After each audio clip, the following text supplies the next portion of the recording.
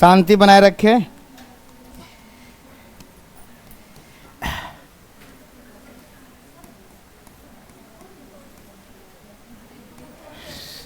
चल रहा था ब्रिटिश भारत। अब हम थोड़ा सा आज ये कुछ चीज़ में आप बीएड कोर्स में भी पढ़े होंगे, शिक्षा व्यवस्था, है ना। ब्रिटिश भारत में शिक्षा व्यवस्था यानी कि ब्रिटिश एजुकेशन कह सकते हैं, है ना। आप जो भी इसको नाम दीजिए कोई, माने कि अंग्रेज लोग आए तो क्या क्या किए पहले इसकी थोड़ा सा बैकग्राउंड में हम ये बात बताना चाह रहे हैं। इसकी जो पृष्ठभूमि बनती है कैसे बनती है। पहले अगर कोई अंग्रेज हैं उन्हें क्या चाहिए, इंग्लिश में चाहिए ना। उनकी भाषा क्या है, इंग्लिश। और अगर हम भारतीय हैं, हमारी भाषा कई होता है, संस्कृत भी है, हिंदी भी है, फारसी, जो मुस्लिम भाई हैं मुगल, फारसी भी हैं, अरबी भी है ना, कई तरह के भाषा हैं। यानी कि यहाँ भाषा हर एक क्षेत्र पर बदल जाता है। मलयालम भी है, बहुत तरह का, है ना।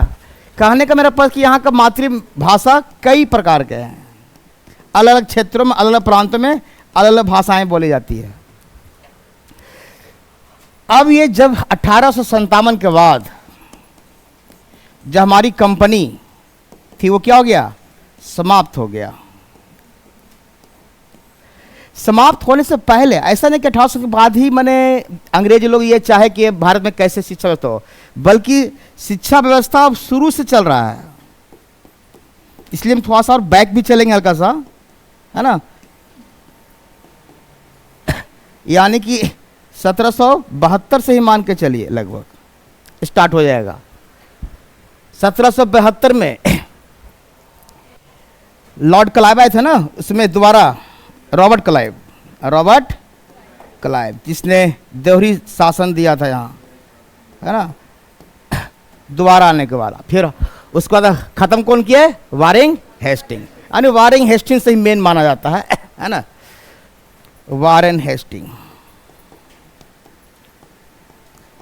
सबसे बड़ा समस्या ये थी कि ये इंग्लिश जानता है, इनको इसे भाषा आवे नहीं कर रहा है। क्या किया जाए भाई, कैसे किया जाए, है ना। इस पर रिसर्च चला। बोला कि जो भारतीय हैं, किसान यही हैं, कृषक कौन है, यही हैं, जमींदार कौन है, यही हैं, सेना में मैक्सिमम सैनिक कौन है, भारतीय है। भले शासन कौन कर रहे हैं अब, ब्रिटिश, लेकिन व्यक्ति तो यहीं के चुन के ले रहे हैं, उसको पैसा दे रहे हैं, उसको वेतन दे रहे हैं, है ना। जमींदार है उसको जमींदारी दे रहे हैं, कृषक से बात हो रही है। तो ये देखा गया कि जो पहले से परंपरा चली आ रही थी, जो भारत में पहली परंपरा शुरू से चल रही है, हम लोग को गुरुकुल पहले सिस्टम था। क्या था पहले, अगर हम वैदिक काल में थोड़ा सा बैकग्राउंड चल जाए तो क्या है, गुरु आश्रम, है ना। जो हम लोग वेद और उपनिषद और जो धार्मिक ग्रंथ उसका अध्ययन किया जाता था। फिर बाद में बौद्ध धर्म में भी आया, फिर जैन धर्म की अलग व्यवस्था हुई कुछ हद तक, फिर मुस्लिम व्यवस्था है, मदरसा का आगमन हुआ। किसका, मदरसा में। अरे मदरसा में उस मुस्लिम के बच्चे जाएंगे, वहाँ अपना शिक्षा ग्रहण करेंगे। इसी प्रकार से और भी हमारे कभी भी कहीं कहीं और स्कूल, छोटे छोटे स्कूल भी खुले हुए थे जो इंडियन स्कूल थे पहले, लेकिन इसमें कोई व्यवस्था सही से नहीं थी। व्यवस्था का मतलब ये हुआ कहीं मान टेबल ही नहीं है बैठने के लिए, है ना, बुक ही नहीं छप बच्चे को मिल पा रहा है, टीचर नहीं है ट्रेंड, है ना। इस तरह का बहुत सी हमारी शिक्षा व्यवस्था में खामियां थी, जिसके कारण अंग्रेज लोग जो आए बोले कि यार ये तो बहुत कुछ है ही नहीं है, यहाँ का तो कुछ नहीं मेरे पास है। जबकि भारतीय संस्कृति के बारे में कहा जाता है कि ये विश्व में विख्यात है। यहाँ की संस्कृति क्या है, विश्व में विख्यात है। हालांकि अंग्रेज जानबूझ के कह रहे हैं कि नहीं, भारत की संस्कृति जो सबसे खराब है, यहाँ के लोग को कुछ नहीं आता है, यहाँ का लोगों को कुछ नहीं समझ में आता है। जबकि यहाँ के लोग संस्कृत में, हिंदी में, फारसी में, अरबी में विद्वान हैं, लेकिन इनको चाहिए इंग्लिश में, है ना। क्योंकि उनको दोनों में कोऑर्डिनेशन नहीं हो पा रहा है। दोनों में एक दूसरे से, जब आप एक दूसरे साथ मिलकर काम करेंगे, आप अंग्रेज साहब मुंशी रखेंगे या कोई भी रखेंगे, अकाउंटेंट रखेंगे, वो भारतीय है तो उनको इंग्लिश नहीं आएगा तो दिक्कत होगा ना। इसलिए इसने कुछ प्रणाली ऐसा सब बनाया कि नहीं कि दोनों का काम चल जाए। एक नाम आएगा बाद में, पहले तो नाम आएगा विलियम जोन्स का। मैं नाम खाली हल्का से पहले लेता हूं, फिर बाद में डिटेल आऊंगा। विलियम जोन्स का नाम सुने होंगे, किस लिए प्रसिद्ध है। इसने एक संस्था लाई एशियाटिक सोसाइटी ऑफ बंगाल, है ना। ये भी बहुत हद तक भारतीय शिक्षा को सुधारने की कोशिश की है, लेकिन इनका मेन जो पर्पस था कि नहीं, भारत में जो प्राचीन जो उत्खनन से जो मूर्ति मिल रही है, जो प्राचीन विद्या है, उसका विकास करना चाह रहे थे। यानी कि हिस्ट्री का खोज करना चाह रहे थे, भारत की संस्कृति कितनी पुरानी, उस पर रिसर्च कर रहे थे ये, है ना। भले कुछ हद तक एजुकेशन पर इसने काम किया। नाम पहला शुरुआत में इसका, बाद में एक नाम आएगा, मैकाले का नाम आएगा। क्या नाम है? मैकाले। पहले हल्का सा एक बार पूरा टेलर दिखा देते हैं, फिर आपका तो पीडीएफ में ही है। मैकाले 1835 के आसपास, है ना। कब है? 1835। वो है 1784। ये स्थापना कब होता है? 1784 में। और भी लोग आते हैं, लेकिन कुछ लोग क्या करते हैं, जैसे यहाँ का गीता है, या कभी क्या कहते हैं, अभिज्ञान शकुंतलम है, कुछ बुक का अनुवाद भी अंग्रेजी में होने लगा था, लेकिन उससे भारतीय को क्या फायदा? कुछ नहीं। ठीक, अनुवाद हो रहा है, कुछ अलग है, लेकिन जो दोनों में कोऑर्डिनेशन है वो नहीं हो पा रहा था। तो मैकाले साहब जब आए तो इसने एक नियम लाया, उसको बोलते हैं फिल्ट्रेशन मेथड। डाउनवर्ड बोलते हैं, डाउनवर्ड फिल्ट्रेशन थ्योरी बोलिए या मेथड बोलिए, फिल्ट्रेशन, है ना। इसको हिंदी में बोलते हैं क्या कहते हैं, न्यूनवत छनन पत्र है, ऐसे का सिद्धांत करके देखिएगा, हिंदी में जो भी है ना, अलग अलग नाम दिया गया। डाउनवर्ड क्या होता है? नीचे की ओर। इसमें एक सिद्धांत, थोड़ा सा इसको हम आगे लेते हैं, हल्का सा अगला। इसमें इसने ये बताया, जैसे एक आदमी, ये है इंग्लिश मैन, ये है एक इंडियन है, और ये है फार्मर, या इसको हम पब्लिक बोल सकते हैं कुछ हद तक। आइए मैकाले साहब है, इसने कहा इंग्लिश सीखना सबको सिखाएंगे, लेकिन बोला इसको नहीं सिखाएंगे अभी, हमको सिखाने में बहुत समय लगेगा, है ना। ये बोला हम इसको छोटे लेवल पर नहीं सिखाएंगे, जो पहले से हल्का फल्का अंग्रेजी जान रहे हैं, है ना, उसको पकड़ो। यानी बड़े आदमी को, बड़े यानी शिक्षित, थोड़ा सा जो पहले से हल्का सा शिक्षित है, जो थोड़ा सा नॉलेज है उसको, है ना, उसका कारण बताएं क्यों इसको नहीं सिखाना। लेकिन फिर ही बोले कि ये भी सीख जाएगा धीरे धीरे। बोला कि हम इंग्लिश किस में डालेंगे? पहले इसमें जो पढ़े लिखे हैं, जो हल्का फल्का नॉलेज वाला आदमी है, जो थोड़ा सा ज्ञानी आदमी है, उनको हम अंग्रेजी सिखाएंगे। और ये इनके थ्रू इनके बाद जाएगा, क्योंकि कोऑर्डिनेशन तो ये करेंगे फार्मर। बोला हमको डायरेक्ट फार्मर से कॉन्टैक्ट भी नहीं करना है। तो चूंकि आप इंग्लिश कहां गया? पहले बड़े शिक्षित वाले, यानी शिक्षित वाले वर्ग के पास, और वहां से छन कर कहां आएगा? नीचे, है ना। ये क्या है? छन्ना पत्र है। उससे छन के कौन सीखेगा? पब्लिक या फार्मर, या जो भी किसान है, जो छोटे वर्ग हैं, ये इसको आप स्मॉल क्लास कह सकते हैं। ये है आपका मीडियम क्लास या हायर क्लास, इसमें हायर क्लास भी कर सकते हैं।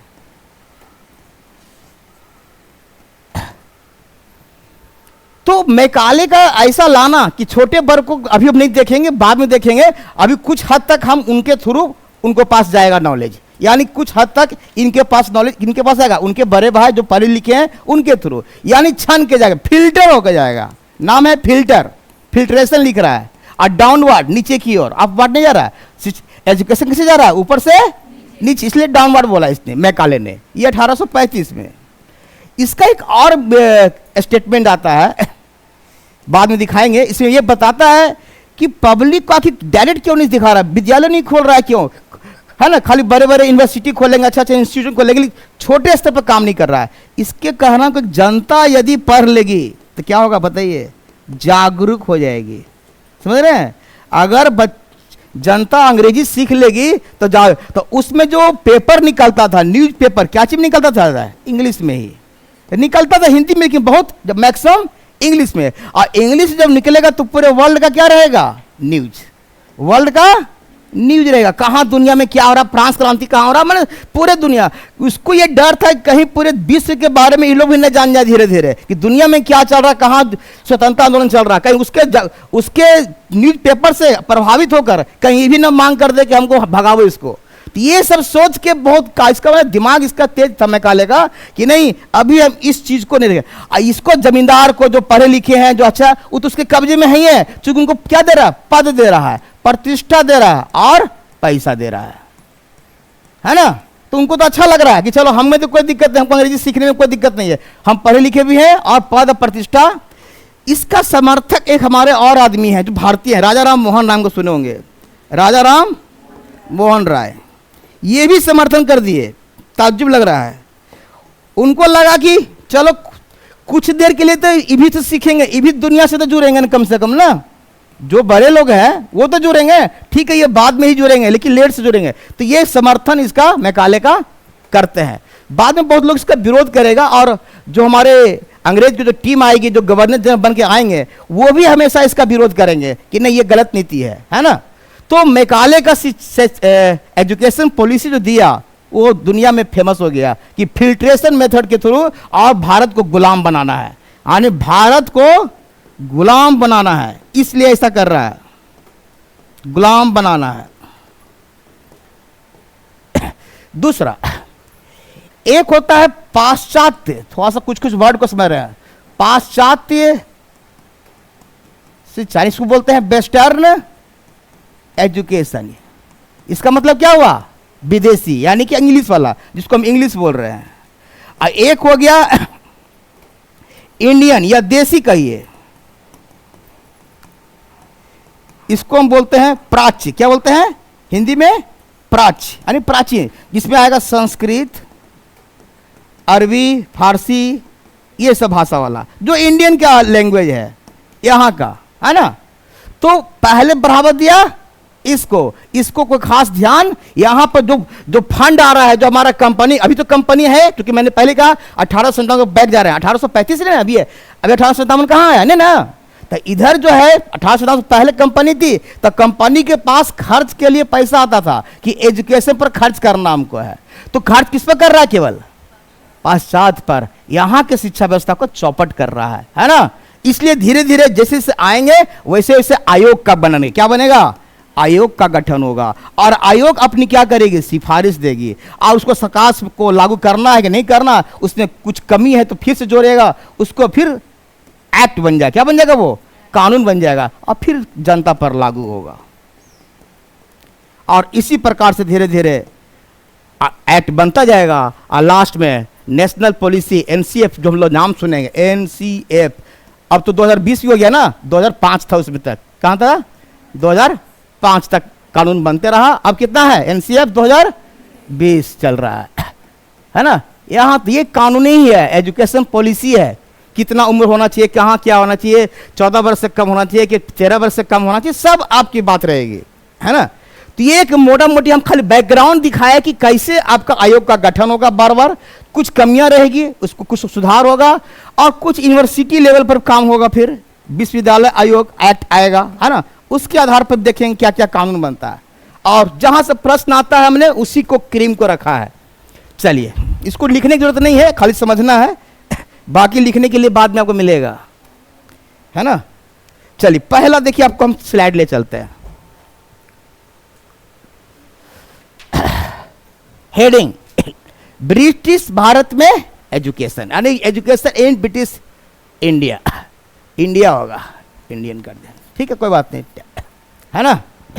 एजुकेशन इन ब्रिटिश इंडिया, मैंने पहले कहा वारेन हेस्टिंग पहला व्यक्ति है ना, स्टार्टिंग यहीं से कर रहे हैं, जिसने भारतीय शिक्षा को पुनर्जीवित करने का काम किया। और कलकत्ता में पहला मुस्लिम के लिए बहुत फेमस क्वेश्चन डेट के साथ, ये आपका एससीईआरटी में भी दिया हुआ, देखिएगा आपका, है ना, थोड़ा सा पढ़ के आएगा और अच्छा रहेगा, है ना। यही है मदरसा का स्थापना, पहली मदरसा उस समय, बाकी पहले से इंडिया का मदरसा, लेकिन अंग्रेजों के द्वारा पहला मदरसा कहाँ, कलकत्ता में, है ना। तो पूछेगा भारत में पहली बार ब्रिटिश इंडिया की कंपनी की तरफ से पहली बार एजुकेशन को बढ़ावा देने वाले कौन आदमी है, वारेन हेस्टिंग, है ना। और इसने वारेन हेस्टिंग के बारे में एक और क्या था, द्वैत शासन का समापन इसी ने किया था।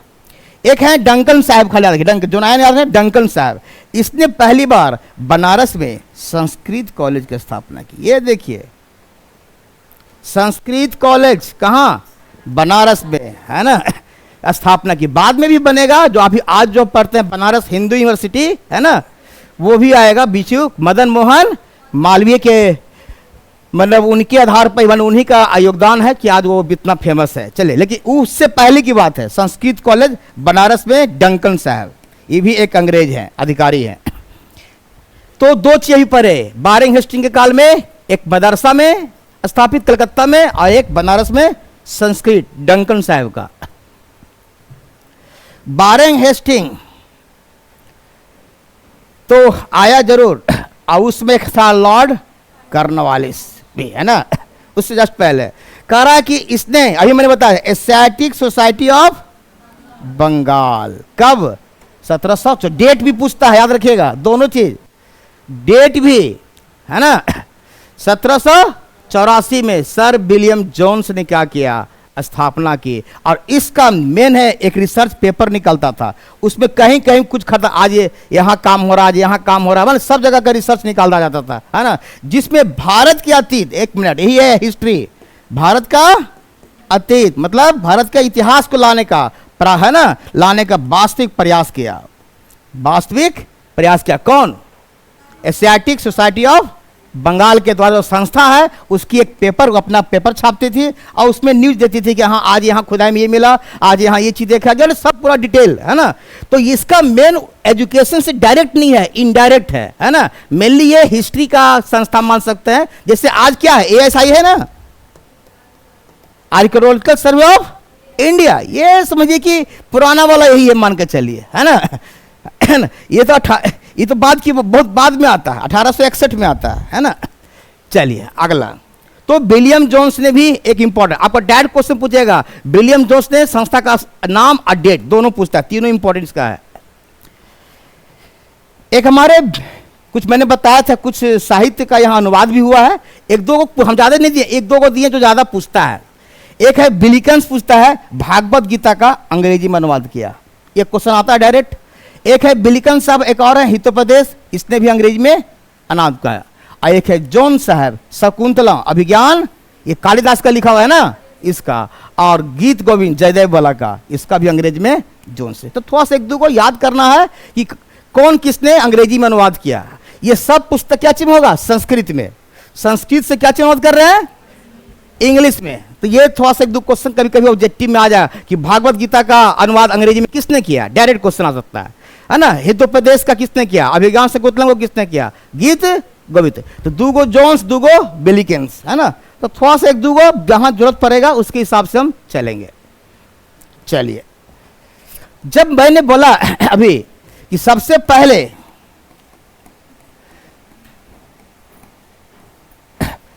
पहले शिक्षा का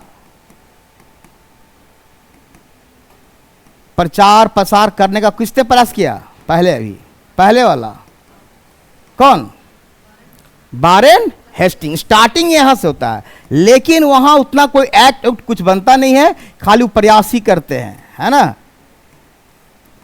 सफल आदमी यहां से आता है, चार्ल्स ग्रांट, ये फेमस नाम है इतिहास में। शैक्षणिक प्रयास या शैक्षिक, ये 1792, है ना।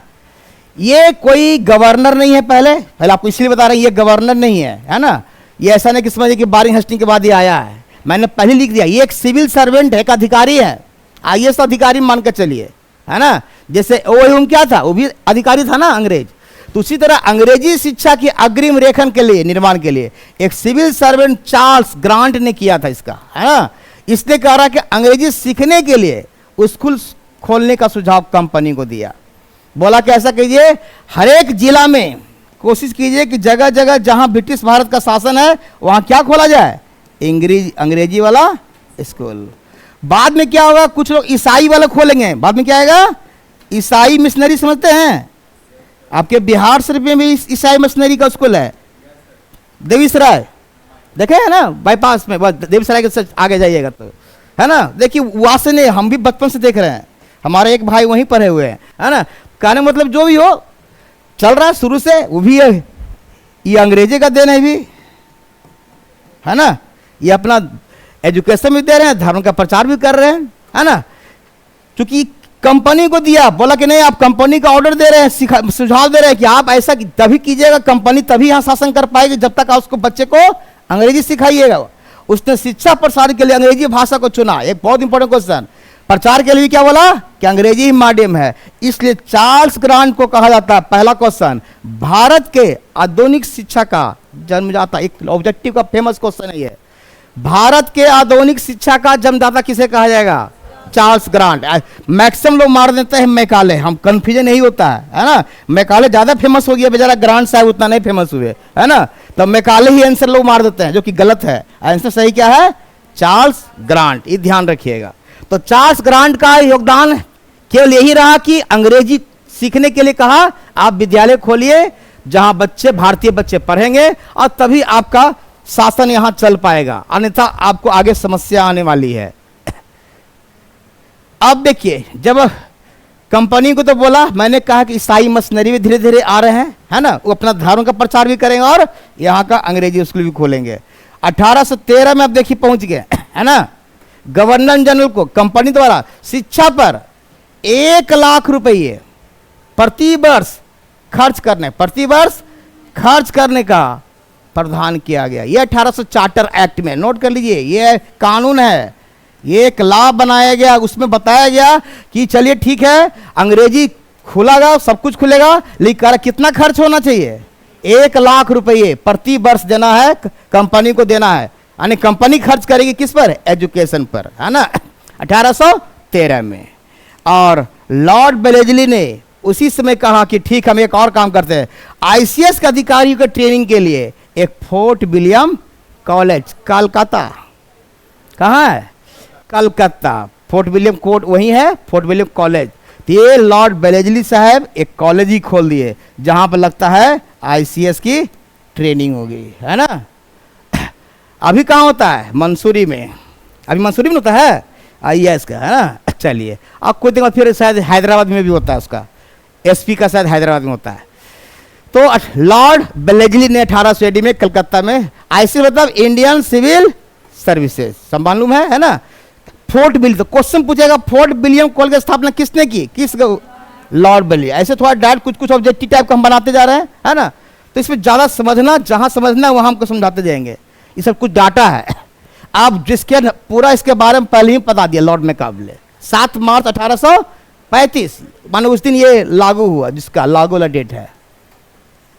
डेट होता है आपकी किताब में कुछ अलग रहे। गवर्नर जनरल विलियम, उससे गवर्नर जनरल कौन आ गया था? विलियम बेंटिक था। ये तो एक अधिकारी है ना। 1835 में लॉर्ड मैकाले के मसीदा मतलब प्रपोजल या जो भी कहिए, प्रस्ताव, प्रस्ताव या फार्मूला को अनुमोदित किया। जो इलाका दिया, जो यहाँ का सिस्टम देखा कि लॉर्ड मैकाले ने एक रिपोर्ट बनाया, उस रिपोर्ट को फाइनल किसने किया? William Bentinck. बोला ठीक है, तुम्हारा हम करते हैं। लेकिन कहता है कि लागू करने से पहले ही विवाद हो गया, लड़ाई हो गया आपसे में। क्या हुआ है? तो विवाद का मेन 2 कारण। पहला बोला शिक्षा का आधार क्या होना चाहिए? पश्चिमी शिक्षा या भारतीय शिक्षा? अभी मैंने बताया ना, पाश्चात्य लिखे थे ना, पाश्चात्य और एक प्राच्य। क्या बोल रहे? प्राच्य, है ना। तो पाश्चात्य वाला होगा कि भारतीय? अभी एक कंफ्यूजन हो गया कि यहाँ का जो बुक हम बनाएंगे, कैसे बनाएंगे, सिलेबस कैसे क्या करेंगे, इस पर विवाद हो गया। तो मैकाले बाद में बताएगा। अभी एक और 2 कारण है, एक तो इसका और दूसरा माध्यम। कि माध्यम क्या होगा? अंग्रेजी में भाषा में या कोई भारतीय भाषा होगा? ये नहीं कह रहा कि हिंदी होगा, यानी कोई भारतीय भाषा जो माने कि मातृभाषा कह सकते हैं। क्या आखिर मीडियम क्या रखा जाएगा? विवाद तो हुआ, लेकिन जीत हुआ लॉर्ड मैकाले का ही। निर्णय यही निकला गया कि शिक्षा का माध्यम क्या होगा? अंग्रेजी वाला। ठीक है, विवाद हुआ, कुछ लोग विरोध किए, लेकिन और पहली वाला ऊपर से स्तर पर नीचे जाएगा अंग्रेजी भाषा का माध्यम, है ना, प्रसार किया जाएगा। और अंग्रेजी शिक्षा भारतीय निचले स्तर पर पाश्चात्य शिक्षा प्रसार कर, जो मैंने बताया भी, पता है ना, ऐसे करके फिल्ट्रेशन वाला यही है ना। ऊपर के स्तर पर अंग्रेजी भाषा के माध्यम से पश्चात पहुंचा होगा, यानी कि आपका नीचे तक जाएगा लेकिन समय लगेगा। अब ये तो खाली दिखाने के लिए कह दिया कि फिल्ट्रेशन करे, लेकिन फिल्टर रियल में नहीं हो रहा है, फिल्टर खराब हो गया है ना, पानी नीचे जा ही नहीं रहा है। इसे ही हम कहते हैं, देखिए 3 इसका नाम है, निम्नवत छन्नीकरण का सिद्धांत। पहला डाउन, ये तो अंग्रेजी लिख दिया है, डाउनवर्ड फिल्ट्रेशन थ्योरी। इसका एक और हिंदी होता है, अधोमुखी निस्यंदन सिद्धांत। तो कौन क्वेश्चन क्या पूछ देगा, ये सब किसका दिया हुआ, मैकाले मैकाले मैकाले, याद रखिएगा, है ना, ये ध्यान रखना पड़ेगा, बहुत अच्छा क्वेश्चन है। ये क्या है समझ में आ गया सबको? ये है, मैंने बताया कि एक अंग्रेज है, इंग्लिश है, ये क्या है, बड़े बच्चे को पढ़ाएगा, पहले बड़े अधिकारी को या बड़े जो शिक्षित वर्ग हैं उसको इंग्लिश की शिक्षा दी जाएगी, और उससे क्या बात नीचे वाला करेगा ना इंडियन, तो ये किसान या पब्लिक, है ना, पब्लिक में छन के जाएगा, डायरेक्ट इनको एजुकेशन नहीं दिया जा रहा है। ये आपका सिद्धांत के अनुसार से कह रहा। देखिए मैकाले ने बोला भी है, अंग्रेजी पढ़ाकर गुलाम बनाए रखना चाहता था। ये देखिए कि अंग्रेजी हम पढ़ाएंगे तो हमारे तरह ही रहेंगे, है ना, और इनको हम भारतीय भाषा पढ़ाएंगे तो भारतीय बन जाएंगे। एक स्टेटमेंट भी क्या आता है, कहता यूरोप के एक अच्छे पुस्तकालय की एक अलमीरा का तख्ता, यानी यूरोप का एक अलमीरा, अब पूरा भारत का साहित्य और अरब का साहित्य, उससे ज्यादा मूल्यवान किसको माना गया, यूरोप का अलमीरा को। कहने का मतलब कि एक यूरोप में एक लाइब्रेरी है, उसका एक अलमीरा का तख्ता भारी पड़ गया पूरे इंडिया का किताब और साहित्य का सब अरब का, यानी इसको कचरा समझ रहा है। इंडिया का साहित्य को क्या समझ जा रहा है, कचरा, है ना। ये मैकाले इतना खराब आदमी है ना, खाली अपना ही गुणगान गा रहा है, कह रहा है यूरोप का जो बुक है बहुत स्टैंडर्ड है, आप लोग का तो कुछ कचरा ही है बराबर, खाली धर्म के बारे में सोचते हैं, सब में गीता का श्लोक मिल रहा है उनको, है ना, जहां देखो श्लोक का ही है। चलिए, हमारा धर्म भी विश्व का सबसे प्रसिद्ध धर्म माना जा रहा है। तो कहने का मेरे पास के मैकाले का स्टेटमेंट यही आया कि मैकाले के बारे में अगर 2-3 पॉइंट नोट कर लीजिए, तो पहला तो हो गया फिल्ट्रेशन थ्योरी, क्वेश्चन जहां से पूछता है, नंबर दूसरा डेट याद रखिएगा 1835 फेमस है। तीसरा है हाँ फिल्टर, माध्यम क्या इसका था, गुड, माध्यम इंग्लिश। यही 2-3 पॉइंट से क्वेश्चन बनेगा आपका। और स्टेटमेंट जो आपको बताए, ये स्टेटमेंट से क्वेश्चन कभी दे सकता है, ये आपका स्टेटमेंट है ना, इससे पूछ सकता है कि यूरोप का एक अच्छे पुस्तकालय का एक जो अलमीरा का एक तख्ता बता रहा है पूरे भारत के किताबों के से ज्यादा मूल्यवान है। और इसलिए भारतीय संस्कृति के क्या किया, उपेक्षा करते हुए कहा अंधविश्वासों का भंडार है। कितना अच्छा बात बोल दिया, बोला यहां खाली जादुई मंत्र वेद में मिल रहा है, कैसे सांप काटता था कैसे बचाना है उसको, है ना, यानी कि तंत्र मंत्र। कहने का मतलब है कि वो साइंस खोजना चाह रहा है ना। आज दुनिया चांद पे पहुंच गया, है ना, कुछ देर में सूर्य पर ही पहुंच जाएगा। कहने का मेरा पर्पस ये है कि अंधविश्वास तो रियल में है, ये हम भी मानते हैं, भारतीय साहित्य में भी अंधविश्वास कि अब नहीं, पहले था, मानते हैं उस समय होगा, लेकिन अभी भी हम लोग अंधविश्वास में नहीं, तो फिर इतने साधु संत जानिए कितना आ गए हैं, है ना, डेली रिपोर्टें देते हैं चैनल पर, देते हैं, देखते हैं ना। चलिए, देखना भी चाहिए, कुछ डरना भी चाहिए साधु से भी, कहते हैं आप ही का पोल खोल देंगे। देखते हैं कैसे डराते हैं लेडीज लोग को। विलियम एडम रिपोर्ट, तो ये था मैकाले के बाद हमारे मैकाले के बारे में ज्यादा नहीं डिटेल लाना है, आपको 2-3 पॉइंट बता ही दिया, उसको ध्यान रखिएगा। विलियम एडम रिपोर्ट, ये क्या है, विलियम कौन आ गया नया आदमी, ये एक धर्म प्रचार है। पहले देखिए हर एक के बारे में चर्चा करेगी, कोई अगर गवर्नर होगा तो गवर्नर बताएंगे, गवर्नर जनरल है तो गवर्नर, ये क्या है, एक धर्म प्रचार है। ये धर्म का प्रचार करने, कौन धर्म का प्रचार कर ले आएंगे, ईसाई। धर्म कौन इनका है, ईसाई, है ना।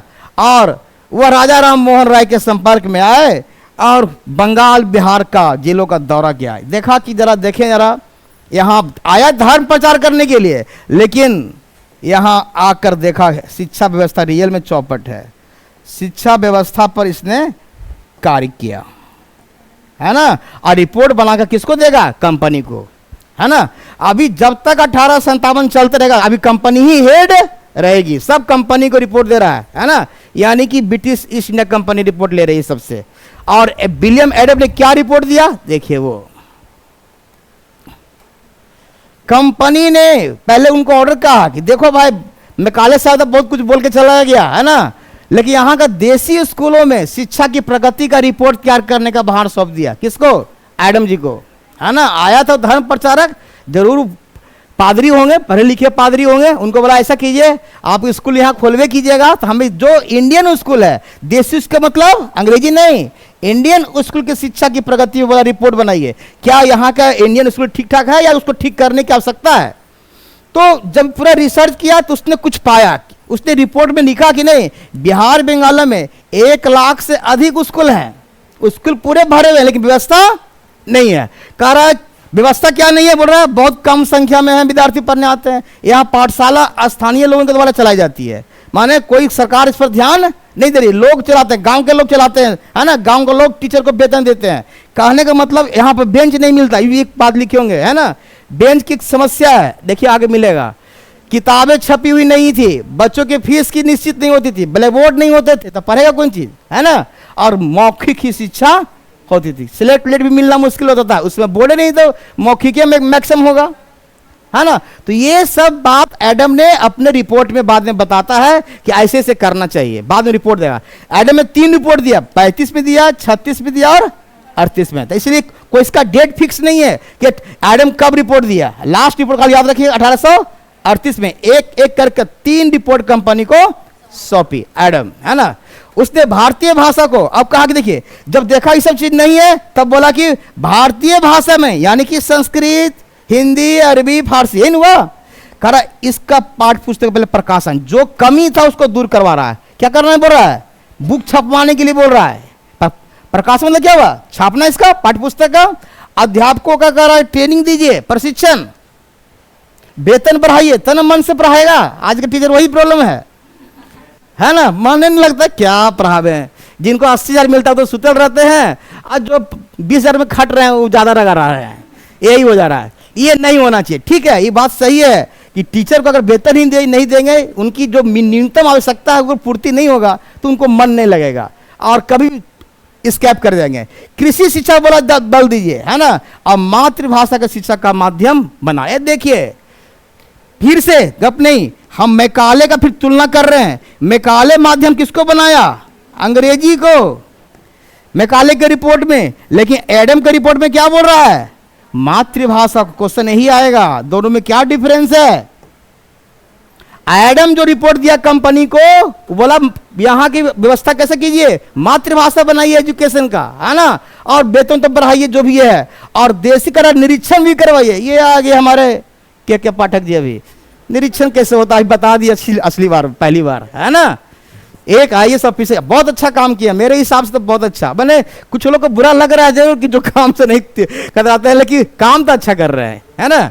होना भी चाहिए आपको, बगैर हाँ थोड़ा सा वेतन बढ़ा देना चाहिए, ये होना चाहिए, वेतन ही बढ़ना चाहिए। जितना मिल रहा है उतना से काम नहीं हो रहा है ना। बढ़ाएंगे एडम लगे, चलो अच्छा काम कर रहा है। एडम ने जन्म शिक्षा समर्थन, है ना, ये कुछ गलती लिखी है ना, समर्थन और निष्फलीकरण के सिद्धांत का विरोध किया। देखिए फिल्ट्रेशन का क्या किया? विरोध।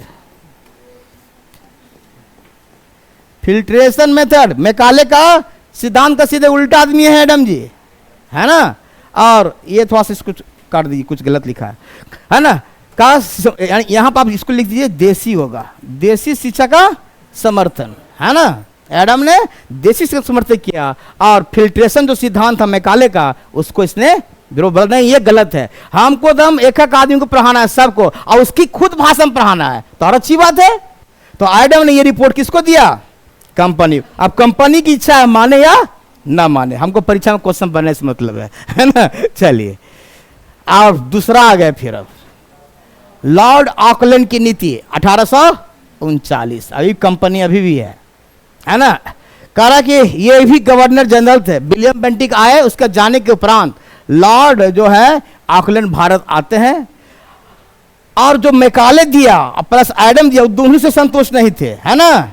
मैकाले के घोषणा पत्र से संतुष्ट नहीं थे, लेकिन फिर भी कहते हैं कि इसका समर्थन कर दिए। बहुत इंपॉर्टेंट क्वेश्चन, अगर चॉइस दे दे, सुनिए ध्यान से, क्वेश्चन करे। देखिए एक क्वेश्चन आ चुका है एक बार शायद कंफ्यूजन करने के लिए, निम्नवत छलनी, हम अभी क्लियर कर देते हैं, करण के सिद्धांत के समर्थक हैं। नहीं, चॉइस दे रहे हैं कि आपको मैकाले भी दे दिया और आकलन भी दे दिया, तब कंफ्यूजन होता है ना। तो तैयो आप बाकी बोथ भी दे दिया, चॉइस मान लेते हैं। नहीं, हम बना रहे हैं क्वेश्चन, एक काल्पनिक बना रहे हैं। मेरे कहने मतलब मेरा ये है कि अगर दोनों बोथ देता दोनों उत्तर मारेंगे, ये हम बोल रहे हैं, है ना। मैकाले का भी नाम आएगा और ऑकलैंड का भी आएगा, क्योंकि भी समर्थन दिए उनको, है ना। इसलिए थोड़ा ध्यान से बनाना है। हाँ, इस सिद्धांत को पहली बार किसने दिया, तब मैकाले होगा, ये अलग क्वेश्चन बन जाता है ना। और इसने कहा कि 31,000 रुपये वार्षिक धनराशि दीजिए, है ना। छोटा छोटा जो भी जो एजुकेशन करना है, जो छोटे बच्चे पर, जो पब्लिक पर करना, कितना देना है, 31,000 रुपये मात्र, ज्यादा नहीं मांगा, है ना। अच्छा बात, ज्यादा नहीं मांगा। ऑकलैंड ने शिक्षण के उस, हाँ, मेनली किस पर ध्यान दिया, उस शिक्षा पर, प्राइमरी पर ध्यान नहीं दिया, है ना, तीव्र प्रसार के लिए। तो ऑकलैंड का ज्यादा इंपॉर्टेंट है कि विरोध भी किया और एक जगह समर्थन भी कर दिया, और मेनली ये हायर एजुकेशन से संबंधित है ना। जन साधारण की शिक्षा पर एक आघात पहुंचा। जब आप हायर एजुकेशन खाली बात करेंगे यूनिवर्सिटी लेवल पर, तो आम पब्लिक का कौन करेगा, है ना। इसलिए जो पब्लिक है, जो बेसिक जो प्राइमरी एजुकेशन है, इस पर बात नहीं करता। तो पूछ सकता है कि ऑकलैंड के जो शिक्षा नीति की रिपोर्ट थी, वो प्राइमरी एजुकेशन पर थी कि हायर एजुकेशन पर थी, क्वेश्चन डायरेक्ट आ सकता है ना। तो ये किस पर नहीं है, प्राइमरी पर है ही नहीं है, सीधे किस पर है, हायर पर। तो थोड़ा सा क्वेश्चन वहां से आया। तो ऑकलैंड के बारे में हम छोड़ते हैं। ऑकलैंड ने खाली बस फिल्ट्रेशन थ्योरी पर समर्थन किया, बाकी किसी जगह नहीं। वुड्स डिस्पैच, ये क्या है, डिस्पैच का मतलब क्या होता है। जनरली सामान्य भाषा में डिस्पैच, अरे लेटर मेरा डिस्पैच नहीं हुआ जी, आजकल बोलते हैं ना, चिट्ठी मेरा डिस्पैच नहीं किया, फॉर्म नहीं डिस्पैच हुआ। कहना डिस्पैच मतलब भेजना कहीं, मैंने डालना, है ना, डिस्पैच कर दिए, है ना। लेकिन यहां डिस्पैच में घोषणा पत्र, नोट कर लीजिए, यह है घोषणा पत्र, प्रपोजल। 1854 में वुड्स डिस्पैच, इन आदमी का नाम है उनके लिए, है ना। और ये है चार्ल्स वुड्स के नाम पर है, ये नाम इनका दिए, सर चार्ल्स वुड्स। कहता सब कुछ आया, पहले आया, सबसे पहले आया वारेन हेस्टिंग, फिर हम एक बार पूरा निकलते हैं, वारेन हेस्टिंग्स, फिर कौन आए, चलिए मैकाले ही लेते हैं, मेन नाम मैकाले का ही है, फिर एडम, फिर ऑकलैंड, है ना। सब आ रहे हैं, सब अपना अपना रिपोर्ट धीरे धीरे देते जा रहे हैं। और कुछ कुछ कंपनी को लग रहा है कि नहीं ये ठीक नहीं, इसको हटा रहा है, उसको कर रहा है, कहा कि नहीं चलो, इसने फिर बोला कि नहीं अभी भी लगता हमको सही नहीं लग रहा है। इसकी व्यवस्था को फिर जांचने के लिए एक अधिकारी को चुना, कौन है, सर चार्ल्स वुड्स, और उसको बोला कि ठीक है आइए, और स्पेशली टीम में है, ब्रिटिश संसद समिति का गठन किया गया इंग्लैंड में, है ना। शिक्षा व्यवस्था को जांचने के लिए एक स्पेशल टीम आया, ब्रिटिश संसद समिति। पूछेगा कब बना, 1800, और उसका ये हेड है ना, जो हाउस ऑफ लॉर्ड्स और कॉमन्स, ये जैसे हम लोग लोकसभा राज्यसभा यहाँ होता है ना, उसी तरह लंदन में हाउस ऑफ लॉर्ड्स और कॉमन के समूह जो रिपोर्ट प्रस्तुत किए गए, इसे कंपनी का जो संचालक मंडल था, उसका अध्यक्ष कौन था, सर चार्ल्स वुड। और इसी का नाम, चूंकि इसने रिपोर्ट पेश किया, इसलिए नाम हो गया वुड डिस्पैच। तो ये पूछ सकता है ब्रिटिश संसद समिति 1853 में किसकी जांच के लिए हुआ था, तो शिक्षा व्यवस्था, भारत की शिक्षा व्यवस्था कैसी है उसकी जांच के लिए। और कंपनी के जो कंट्रोलर या मंडल के हेड जो थे, सर चार्ल्स वुड्स के नाम पर ही इसको बोला गया वुड्स का घोषणा पत्र, जिसको हम लोग डिस्पैच बोल रहे हैं, है ना। अब है कि इस डिस्पैच में क्या क्या है, यानी क्या क्या घोषणा पत्र हुआ, क्या क्या इसमें शामिल किया गया। पहला पॉइंट जो सबसे इंपॉर्टेंट है, बोला काहे लड़ाई कर रहे हो तुम दोनों, हम दोनों को मान लेते हैं। क्या मान लिया, अंग्रेजियों को मान लिया और देशीय भाषा, बोला चलो दोनों को कर देते हैं। अब बोला कि जहां जैसा जरूरत पड़ेगा, जहां अंग्रेजी की जरूरत वहां अंग्रेजी करेंगे, लिखा है अंग्रेजी भाषा का वहां पढ़ाया जाएगा जहां उसकी मांग होगी, बस टेक्निक खत्म।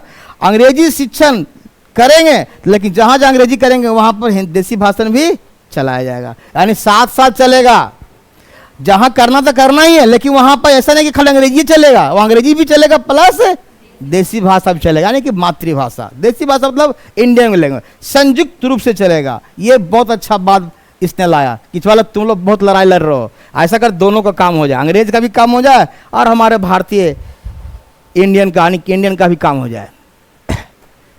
एक नया चीज ने जोड़ा, बोला टीचर कोई पढ़ाई लिखाता सही से नहीं है, इसको ट्रेंड किया जाए, बीएड करवाया जाए फिर से, है ना। चूंकि लंदन में होता था बीएड, यहाँ इंडिया में बीएड नहीं होता था उसमें, है ना। बोला ऐसा कि इसको ट्रेनिंग दिया जाए, या तो ट्रेनिंग के लिए लंदन भेज दो, चाहे बुला लो यही टीचर, वहां का टीचर यही ट्रेन करेगा, है ना, खर्चा बचाना है। तो लिखा है कि इस संबंध में ग्रेट ब्रिटेन प्रचलित योजना, जो वहां चलती थी ट्रेनिंग सेंटर, वही ट्रेनिंग सेंटर यहाँ खोलने के लिए बात कहा गया, ताकि क्या हो, स्कूलों में अच्छे अध्यापक की नियुक्ति हो। बस के पाटा की जय हो, है ना, एकदम होगा। इसलिए होगा कि ये बहुत जरूरी है, आप अच्छे टीचर बनने के लिए ट्रेन भी होना जरूरी है ना। ट्रेन का मतलब ये हुआ कि आप जैसे बीएड है, बीएड मान लेते हैं अभी तत्काल, डीएड, अब तो बहुत सारा ट्रेनिंग स्कूल खुल गया है ना अलग अलग तरह का, है ना। तो ये एक दिया गया किसमें, वुड्स डिस्पैच में, है ना। उसने बताया कि ऐसे से कीजिएगा तो भारत की शिक्षा व्यवस्था सही हो जाएगा, है ना। रियल में अब इसमें हम जोड़ देते हैं, अभी हम जोड़ दें कि नहीं सबको डेली 10 बजे स्कूल पहुंचना है, तो और अच्छा हो जाएगा, है ना। तो ये भी होगा, आगे आएगा तो ये भी आएगा, आपको मिनट देगा, इतना घंटा क्लास लेना है ना, इतनी संख्या होनी चाहिए, ये आगे भी आएगा, है ना। दूसरा, विश्वविद्यालय यूनिवर्सिटी की स्थापना की बात कहा, हायर, ये स्पेशली किसके लिए होगा, हायर एजुकेशन के लिए, यानी कि बीए एमए पीएचडी वाले के लिए। कहा कि इस होता मुख्य रूप से विश्वविद्यालय के शिक्षा स्तर पर संबंध। अब क्वेश्चन आएगा, देखिए डायरेक्ट, अब यहां से क्वेश्चन बन गया है वो। बूस्ट डिस्पैच जो था किससे संबंधित था, चॉइस देगा, प्राथमिक, सेकेंडरी, हायर, क्या हो उत्तर। अब क्वेश्चन डायरेक्ट ऑब्जेक्टिव निकालिए, है ना, सब ऑब्जेक्टिव इसी में छिपा हुआ है, हम खाली पॉइंट में आपको एक जगह सिलेक्शन कर दिए हैं, मैंने कि इसको सजा दिए केवल है। तो विश्वविद्यालय की स्थापना ये आपका 1857 में 3 को बनेगा, कलकत्ता, मद्रास और बम्बई, 3 को 1857 में पहुंचेंगे हम। अभी हम चल रहे हैं कहाँ, 1854 में ही चल रहे हैं ना, तो 54 के बाद 3 साल बाद पहुंच ही जाएंगे, है ना। तो ये अभी घोषणा कर रहा, अभी रिपोर्ट बना रहा, रिपोर्ट बनते बनते फिर वो लागू भी हो जाएगा, है ना। यह घोषणा इसलिए कहा जाता है, इसमें तकनीकी और कहता है टेक्निकल और वोकेशनल दोनों कोर्स कराया जाए। तकनीकी मतलब हो गया इंजीनियरिंग वाला चीज, है ना, मेडिकल वाला चीज हो गया, अब वोकेशनल मतलब कुछ भी है, जो भी कर सकते हैं। ये आ गया 1857 में, कलकत्ता, मद्रास, बॉम्बे में एक ही साल में 3-3 गो, है ना, विश्वविद्यालय की स्थापना कर दी गई। किस घोषणा पत्र के तहत हुआ होगा ये, वुड डिस्पैच के बाद, वुड्स डिस्पैच, है ना। तो ये थोड़ा सा इंपॉर्टेंट क्वेश्चन हो गया। 1857, अब 1857 हमारा क्या हालत खराब था, यहाँ क्या चल रहा था, विद्रोह हो रहा था, और उसी समय यूनिवर्सिटी बन रहा है, वाह वाह वाह, है ना, एक तरफ मार भी रहा है और यूनिवर्सिटी बना रहा है। चलिए, पहली बार किसी ने महिलाओं का एजुकेशन पे बात की, है ना, ये एक अच्छा क्वेश्चन बन सकता है ना। और इसके लिए बाद में इसने कहा महिलाओं की शिक्षा का सुधार होना चाहिए, है ना, यानी महिला, फीमेल एजुकेशन, फीमेल एजुकेशन। एक फीमेल से एक वर्ड आ गया, फीमेल का प्लूरल क्या होता है, चलिए थोड़ा सा अंग्रेजी वर्ड यहां आ गया, क्या होता है फीमेल का प्लूरल, है मेल होता है, हम प्लूरल बोल रहे थे, प्लूरल समझ रहे हैं, बहुवचन, वो तो अपोजिट बता रहे हैं, मेल फीमेल। कभी भी फीमेल में एस, या चलिए अंग्रेजी कहा एस मत लगा, ये गलत हो जाएगा, ये होता है वोमेन, EN लगेगा, समझे, ये वोमेन, ये वोमेन अंतर है ना, थोड़ा ध्यान रखिएगा। जैसे मैन का क्या होता है, मेन होता है ना, अब वोमेन का क्या होता है, तो ये थोड़ा सा एक नाउन का इरर है, रियल में ये फीमेल जो वर्ड है ये नाउन में पढ़ाया जाता है इरर में। चलिए आगे इसलिए लिखे, तो महिलाओं की एजुकेशन की बात की गई हमारा वुड्स में। एक और आया, कंपनी ने 5 प्रांत को चुना, बोला एक का कोई डायरेक्टर रहेगा वहां, उसके अधीन क्या रहेगा, एक लोक शिक्षा विभाग बनाया, जस्ट लाइक आपका डीओ ऑफिस टाइप का चीज है ना, जिला शिक्षा पदाधिकारी जहां बैठते हैं ना, उसी तरह से लोक शिक्षा विभाग बनाया, पब्लिक एजुकेशन डिपार्टमेंट कह सकते हैं आप, लोक मतलब पब्लिक है ना। तो ये किस में आ रहा है, सब उड डिस्पैच में हम चल रहे हैं अभी, उन्हीं का रिपोर्ट अभी है। और निजी प्रयत्नों से बोला, एक और वर्ड बोला, सहायता, ये ग्रांट वाला चीज, और इन एड कह रहा है कि आप सहायता भी लीजिए आसपास, निजी मतलब जो आसपास के लोग हैं उनसे, है ना। ये अच्छी बात है कि आपका फंड नहीं दे रहा, सरकार उतना पैसा नहीं खर्च सकती है, बल्कि कुछ आसपास जो धनी आदमी उनसे डोनेशन समझते हैं ना, डोनेशन लीजिए। आज भी देखते प्राइवेट पढ़ते हैं, डोनेशन के नाम पर एडमिशन होता है ना, कि 2 लाख दीजिए 4 लाख दीजिए, आपको मेडिकल कॉलेज में एडमिशन मिल जाता है। और इस घोषणा पत्र को कहा जाता है, बहुत फेमस क्वेश्चन, भारतीय शिक्षा का मैग्ना कार्टा। ये पूछता है उड डिस्पैच, उड डिस्पैच की बात कर रहे हैं अभी हम। तो पूछेगा भारतीय शिक्षा का मैग्ना कार्टा किसे कहा जाता है, तो हमारा उड डिस्पैच में क्या क्या आया, फिर से हम चले, बताइए आप लोग। अब अभी क्या क्या हम पढ़े उड डिस्पैच में, नारी शिक्षा तो हो गया, और दोनों माध्यम होगा, मीडियम दोनों होगा, दोनों माध्यम होगा, मेनली विश्वविद्यालय से रिलेटेड था ये, यानी विश्वविद्यालय खुला 3 गो, है ना, ज़्यादा संबंध किससे रहा, विश्वविद्यालय से, है ना। और ग्रांट की बात की, ग्रांट मतलब अनुदान, है ना, कि जहाँ मौका मिले वहाँ ग्रांट ले लिया जाए। अभी भी जाइएगा गांव में भी अभी बहुत सा गांव में देखिएगा कि विद्यालय टूट गया, समझे, तो गांव वाले पैसा लगा के क्या करते हैं, उसका बिल्डिंग खड़ा कर देते हैं ना। सरकार की आशा कितना रहेगा आदमी, तो वो भी एक तरह दाने हैं, है ना। हंटर शिक्षा आयोग, ये अब यहाँ से आयोग पर आ गए हम धीरे धीरे। अभी हम कहाँ थे 1857 से पहले थे ना, अब हम सीधे भाग गए, कंपनी बंद, अब कंपनी गायब, अब कंपनी यहां पर नहीं, अब देखिए आयोग वर्ड यूज करेंगे अब यहाँ के बाद, है ना। अब जो भी होगा आयोग के थ्रू होगा, एक आयोग गठित होगा और वो अपना रिपोर्ट देगी सरकार को, है ना, जो यहाँ सरकार है वो ब्रिटिश सरकार जो भी है। तो हंटर शिक्षा आयोग, ये हंटर एक आदमी का ही नाम है ना, हंटर मतलब मारना नहीं, WW हंटर इनका नाम है। तो हंटर शिक्षा आयोग पहला कब से, 82 से, यानी 82 में बना होगा, 83 में रिपोर्ट दिए होंगे, समय तो लगता है ना कोई चीज में ना रिसर्च करने में ना। और इसे ही कहा जाता है भारतीय शिक्षा आयोग। नोट कर लीजिए सबसे पहला क्वेश्चन, भारतीय शिक्षा, इंडियन एजुकेशन कमीशन किसे कहा जाता है, हंटर शिक्षा आयोग को ही। इसके हेड कौन है, इसका अध्यक्ष कौन है, WW हंटर। इनको क्या काम दिया गया, इनको भी रिपोर्ट बनाने के लिए क्या गया, और रिपोर्ट बनाने कौन दिया, लॉर्ड रिपन। ये देखिए, है ना, रिपन साहब आ गए, क्योंकि अब गवर्नर जनरल खत्म, अब क्या है, वाइसराय। पहला वाइसराय कौन, लॉर्ड कैनिंग था ना, कैनिंग गुड। 1857 कौन थे, कैनिंग ना, हाँ। अब भारत का अंतिम गवर्नर जनरल यही होगा, गुड। तो उनके बाद वही आया है लॉर्ड रिपन। ये रिपन साहब कह रहे हैं एक आयोग बैठाया है हंटर को, बोले जरा देखो भाई। तो इस आयोग ने, अब देखिए पहला क्वेश्चन, प्राथमिक शिक्षा पर रिपोर्ट बनाया इसने, प्राइमरी एजुकेशन पर रिपोर्ट है ये। तो पहला क्वेश्चन यही पड़ा, जबकि उड डिस्पैच किस पर था, विश्वविद्यालय पर, और ये क्या है, प्राथमिक शिक्षा पर मेन जोर दिया है। कोई भी आयोग बनेगा तो मेन जोर देगा, ऐसा नहीं कि विश्वविद्यालय पर नहीं, उस पर भी बोलेंगे लेकिन कम, मेन है फेमस, हम अंडरलाइन कर रहे हैं, मतलब ये ध्यान देने की चीज है। 1854 के जो वुड डिस्पैच आया था उसका भी इसने क्या किया, समर्थन किया, है ना, समर्थन उसका भी दिया। चलो वो भी कुछ कुछ सही किए हैं, कुछ पॉइंट को हम भी जोड़ दे रहे हैं, क्योंकि आपने विश्वविद्यालय की बात किया था, हमने क्या कर दिया, इसमें जोड़ दिया प्राथमिक का, ये है। और आयोग देखिए क्या क्या बात बोला, पहला रिपोर्ट में देशी शिक्षा का ये बोला, हम अंग्रेज पर ज्यादा काम नहीं करेंगे, हम अपने इंडियन का जो एजुकेशन सिस्टम है उसको सुधारने की कोशिश करेंगे, ठीक है।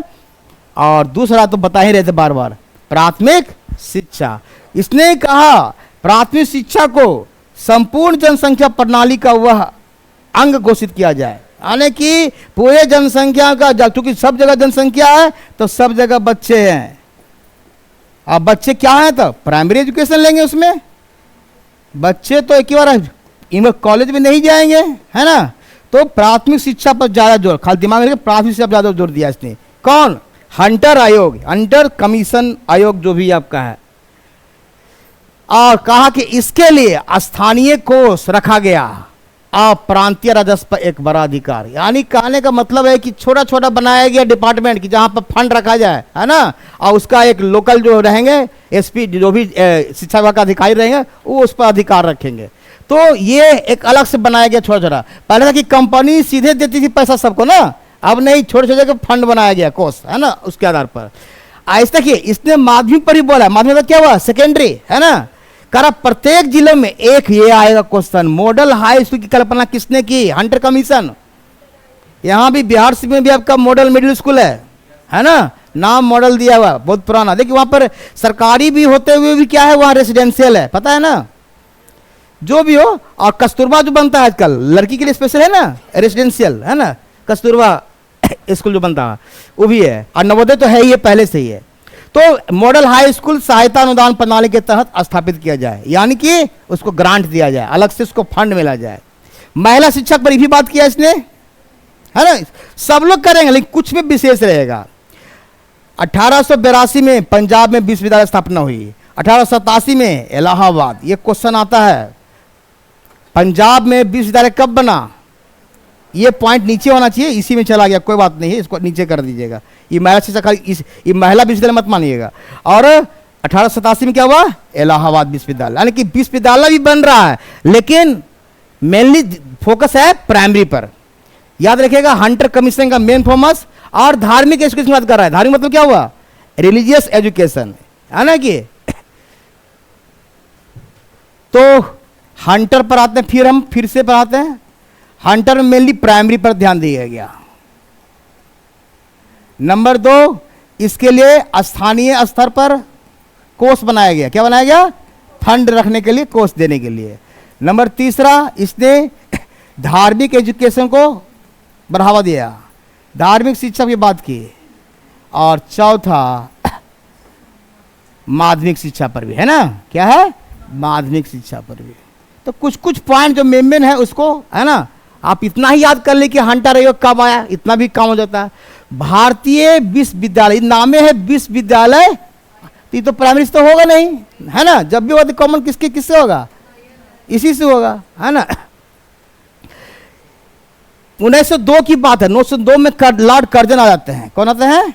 कर्जन साहब है ना। उस समय वायसराय को, ये कौन है? वायसराय ना है, अभी तो वायसराय जब लेगा अब सब, है ना। Viceroy Lord Curzon. ये स्पेशली एक वर्ड इसने किया कि बहुत लोग यहाँ क्या है, निरक्षर हैं, है ना। उसको विस्तार को रोकने के लिए, यानी निरक्षरता को खत्म करने के लिए, यानी शिक्षित करने के लिए शिमला में एक सम्मेलन बुलाया। जो जितने बुद्धिजीवी थे, जो पढ़े लिखे लोग थे, उनका टीम को कहाँ मिलाया? शिमला में। और वहाँ उस मीटिंग में एक को अध्यक्ष बनाया, सर टॉमस रे। और एक आयोग का गठन किया, इसको नाम दिया गया यूनिवर्सिटी आयोग। इसी को बोलते हैं यूनिवर्सिटी कमीशन भी, है ना। और इस आयोग का मेन उद्देश्य रहा कि विश्वविद्यालयों की स्थिति का बात समीक्षा करना, यानी यूनिवर्सिटी को पता लगाना। रियल में यूनिवर्सिटी, आज भी हमारी यूनिवर्सिटी ठीक से काम नहीं कर रही है, पता है। न समय में परीक्षा होती है, न समय पर अभी कोर्स को पूरा किया जाता है। आज तो कॉलेज में पढ़ने नहीं जाता। आप बीए एमए कर लेते होंगे, शायद ही कोई रेगुलर क्लास किया होगा, हमको लगता है बहुत कम। माने क्लास, एक तो क्लास भी नहीं होता है रियल में, और जाने की इच्छा भी करता है तो कहता चलो उतना हम पास कर ही लेंगे, है ना। तो कहने का मेरा पर्पस ये है कि फार्म भरने कैसे दे दिया जाता है भगवान जाने, है ना। तो सब पैसा का खेल है, पैरवी का खेल है। तो हमारी शिक्षा व्यवस्था जरूर सुधारने की आवश्यकता है ना। तो कॉलेज में ज़्यादा जरूरत मेरे हिसाब से लग रहा है। हाँ चलिए, आने उसकी कार्य प्रणाली के बारे में वही करें कि पूरा कैसे काम करता है, एग्जाम कब लेता है, कब रिजल्ट देता है। मालूम पड़ा कि 2 साल पहले का कॉपी अभी तक जचा ही रहा है ना। यही हो रहा है। चलिए, हम उस पर गलत नहीं बोलेंगे, जो सच है सच तो बताना पड़ेगा। जो रेले साहब थे उनको बनाया उसका अध्यक्ष का, इसने 1902 में क्या किया, अपना रिपोर्ट पेश किया। और उस पेश जो भी आयोग अब रिपोर्ट पेश करेगा और उस पर सुझाव देगा, बस। अब सरकार को मानना ना मानना उस पर डिपेंड है ना। आयोग अपना रिपोर्ट दे के चुप हो जाएगा। आपको प्रश्न जब भी आएगा कि फलना आयोग ने क्या कहा, किस या ये बात किस आयोग ने कहा या किस आयोग में चर्चित है, यही क्वेश्चन पूछता है। पहली बार छात्रावास पर ये हॉस्टल फैसिलिटी बोला कि आप बच्चा को पढ़ा रहे हैं, आप ऐसा कीजिए छात्रावास बनाया जाए। बहुत अच्छा बात किसने किया। इसलिए देखिएगा छोटा वाला विद्यालय लेकिन ज़्यादा यूनिवर्सिटी में होता है ना, सब जगह आप मिलेगा, BA वाला में मिल जाएगा आपको जो मिलता है मैक्सिमम। देखिए हमारे यूनिवर्सिटी में सब जगह, हम लोग भी रहे हैं, हॉस्टल में रहे हैं। चलिए छात्रों की स्थिति के अनुसार ये देखिए पहली बार स्कॉलरशिप की बात की कि अगर खराब स्थिति है, उसकी पूरी स्थिति खराब है, पढ़ने में असमर्थ है, तो उसको क्या दिया जाए, छात्रवृत्ति की व्यवस्था की जानी चाहिए। ये बहुत अच्छी बात इस आयोग ने दिया। कभी कभी इसको रेलवे आयोग भी बोलते हैं, लिख लीजिए कहीं कहीं। जो अध्यक्ष का नाम है ना, उसका अध्यक्ष के नाम पर ही बोल देता है रेलवे आयोग, है ना। ये नहीं पूछेगा रेलवे आयोग किससे संबंधित है, रेल के क्रियान्वयन के लिए। ये नहीं, रेल का गाड़ी नहीं है ना, ये आदमी का नाम है। कभी कभी पूछ दे कि रेलवे आयोग किससे संबंधित है, चॉइस दे दे रेलवे, पहले वही दे दे, फिर शिक्षा दे, है ना, फिर कला दे, है ना, अब फिर दे दे कृषि, कुछ इस तरह से दे दे, क्या उत्तर होगा। तो जानने पहिए के रेलवे से देखिए रेलवे मार दिए, यही लोग गलती करेंगे, है ना, जो नहीं कुछ समझे तो रेलवे आयोग भी आप कह सकते हैं। तो बहुत इंपॉर्टेंट है, पहला छात्रावास और दूसरा स्कॉलरशिप। देखिए मैट्रिक परीक्षा का लेवल बढ़ाइए। अभी तक मैट्रिक परीक्षा का जैसे तैसे पास कर जाते थे, थोड़ा सा करा स्टैंडर्ड कीजिए, है ना, लेवल क्या कीजिए, स्टैंडर्ड कीजिए। थोड़ा सिलेबस में कठिन कठिन सब डालिए। आपको भी कह रहा है, बीपीएससी परीक्षा ले रहा है, रहेगा स्टैंडर्ड लेकिन अंदर से रहेगा, यही को मतलब है भाई। कहता है ना कि बहुत डीपली पढ़ना पड़ेगा, आप इससे कितना डीपली पढ़ते जाए। चलिए इंटर की परीक्षा को समाप्त कर दिया, है ना, कर बीए का पाठ्यक्रम 3 वर्ष का हो जाना चाहिए। अब बोला ये इंटर को खत्म करने जा रहा है, बहुत अच्छा क्वेश्चन। कौन सा आयोग इंटर के परीक्षा को समाप्त करने की सिफारिश की, ये रेलवे आयोग, है ना, हंटर नहीं रेलवे, है ना, ये अच्छा क्वेश्चन है हो गया वो। और बीए का पाठ्यक्रम 3 वर्ष।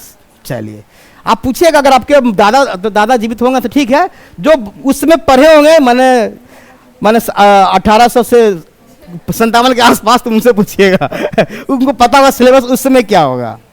चलिए विश्वविद्यालय के पुनर्गठन के स्थान पर 1 मिनट, ये आ गया सीनेट, ये आ गया सिंडिकेट, है ना, ये उनके सदस्य। आप कभी जब पढ़ेंगे इसको डिटेल का पुनर्गठन किया जाए, सीधे बोला कि यूनिवर्सिटी में सीनेट और सिंडिकेट मतलब एक सभा होती है दोनों का, जब कुछ भी विवाद होता है तो यही लोग इसको सॉल्यूशन करते हैं, है ना, उसका अध्यक्ष भी बनते हैं, उपाध्यक्ष भी बनते हैं। तो विश्वविद्यालय में सिंडिकेट, उनका चुनाव भी होता है, वो लोग यूनिवर्सिटी के प्रोफेसर लोग ही चुनते हैं, उनके मेंबर जो भी है ना, उनका चुनाव होता है। तो सीनियर सदस्यों को क्या करना, बोला चल ठीक है वो तो करेंगे, लेकिन उसकी संख्या क्या होना चाहिए, हमेशा कम, क्योंकि खर्चा ज़्यादा हो जाता है। क्योंकि संख्या ज़्यादा रहेगा तो खर्च भी विश्वविद्यालयों का ज़्यादा करना पड़ेगा उस पर, तो उसको फैसिलिटी दी जाती है स्पेशली। और अवधि कितना होना चाहिए इसको, एक बार चुनाव जीतेगा तो 5 वर्ष तक। और सिंडिकेट को बोला संख्या कितना होना चाहिए, ज़्यादा 9 से 15 के बीच। माने ये आपका जो आयोग है ये बता रहा है आपका, ठीक है। तो सीनेट वाली बात बोला, सिंडिकेट की बात बोला, और बैक चले तो इंटर की परीक्षा, इसमें इंपॉर्टेंट आपका यही है ज़्यादा, है ना, इंटर की परीक्षा को समाप्त करके बीए, ये ज़्यादा इंपॉर्टेंट, ये थोड़ा सा यूनिक लग रहा है, बाकी में तो सब में लगभग वही है ना।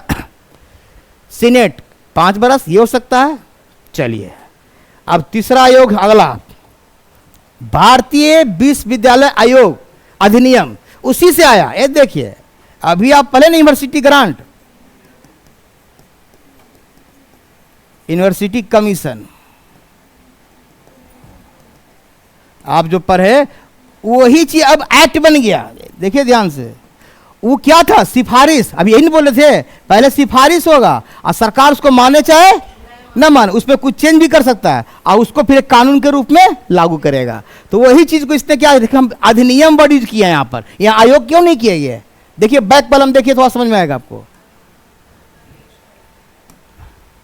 यहां पर आयोग क्या, भारतीय विश्व आयोग, यहां लिख रहे हैं भारतीय विश्वविद्यालय अधिनियम। ये 1902 में बना, 2 में मैंने खाली दिया गया प्रस्तावना, यानी प्रस्ताव आया, अब 4 में उसको लागू करवा रहा है एक्ट के तहत, कानून बनाकर, है ना, कानून बनाकर किया जा रहा है ये अधिनियम। तो क्वेश्चन पूछ सकता है, कंफ्यूजन नहीं करेगा कि भारतीय विश्वविद्यालय अधिनियम कब आया 4 में, भारतीय विश्वविद्यालय आयोग कब आया 2 में, तो बड़ा कंफ्यूजन होता है ना, इसलिए थोड़ा सा ध्यान रखिएगा। लेकिन दोनों में कौन आदमी अभी है, यही है ना, और वही टॉमस रेले साहब थे, इसकी सिफारिश को, एक यही तो लिखे हैं, इसकी सिफारिश को ही भारतीय विश्वविद्यालय अधिनियम में पारित करवाया गया। जो सिफारिश दिया उसको लगभग सब मान लिया गया और उसको 1904 में एक्ट बना दिया गया, जिसको हम कहते हैं भारतीय विश्वविद्यालय अधिनियम 1904। अब उस एक्ट में क्या नियम है, क्या वो देखिए, जो उसमें बता रहे हैं क्या क्या किया। पहला तो सबसे फेमस ये है, यूनिवर्सिटी है और लाइब्रेरी नहीं रहे तो मजा नहीं आएगा पढ़ने में, है ना, रिसर्च कैसे होगा, तो प्रयोगशाला भी, लैब भी होना चाहिए और पुस्तकालय की स्थापना की जाए, ये तो पहला पॉइंट।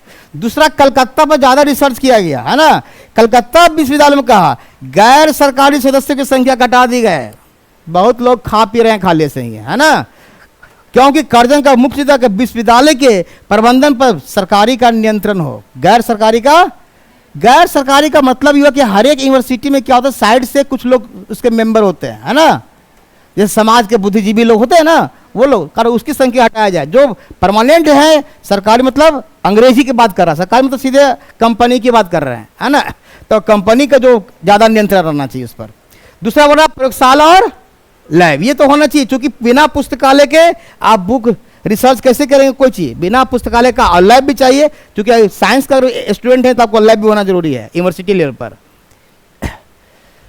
अब देखिए, ये सीनेट द्वारा पारित किएगा, जो भी प्रस्ताव पारित करेगा सरकार को वीटो का अधिकार है। ये देखिए वीटो क्या होता है पता है सबको, राष्ट्रपति पढ़े कभी, उसमें पढ़िएगा।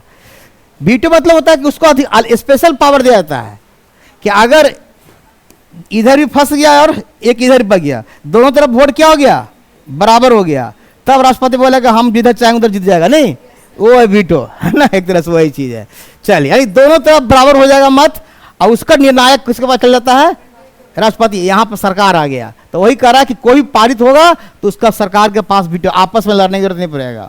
दूसरा कह रहा है प्रति वर्ष 5 लाख रुपया, है ना, 5 वर्ष तक 2 भाई यूनिवर्सिटी को, मतलब जो भी सुधार करेगा, बिल्डिंग करेगा, एजुकेशन का सिस्टम करेगा, लैब बनाएगा, उन्हें कम से कम हो रहा है 5 लाख। उस जमाने में, कब, 1904 की बात हो रहा है ना जी, है ना, 5 लाख रुपया बहुत वैल्यू था होगा, हम लोग तो उसमें एक नया दुनिया भी चलता होगा उसमें, है ना, तो 5 लाख रुपया 5 वर्ष की व्यवस्था की जाए। ये है आपका विश्वविद्यालय अधिनियम 1904।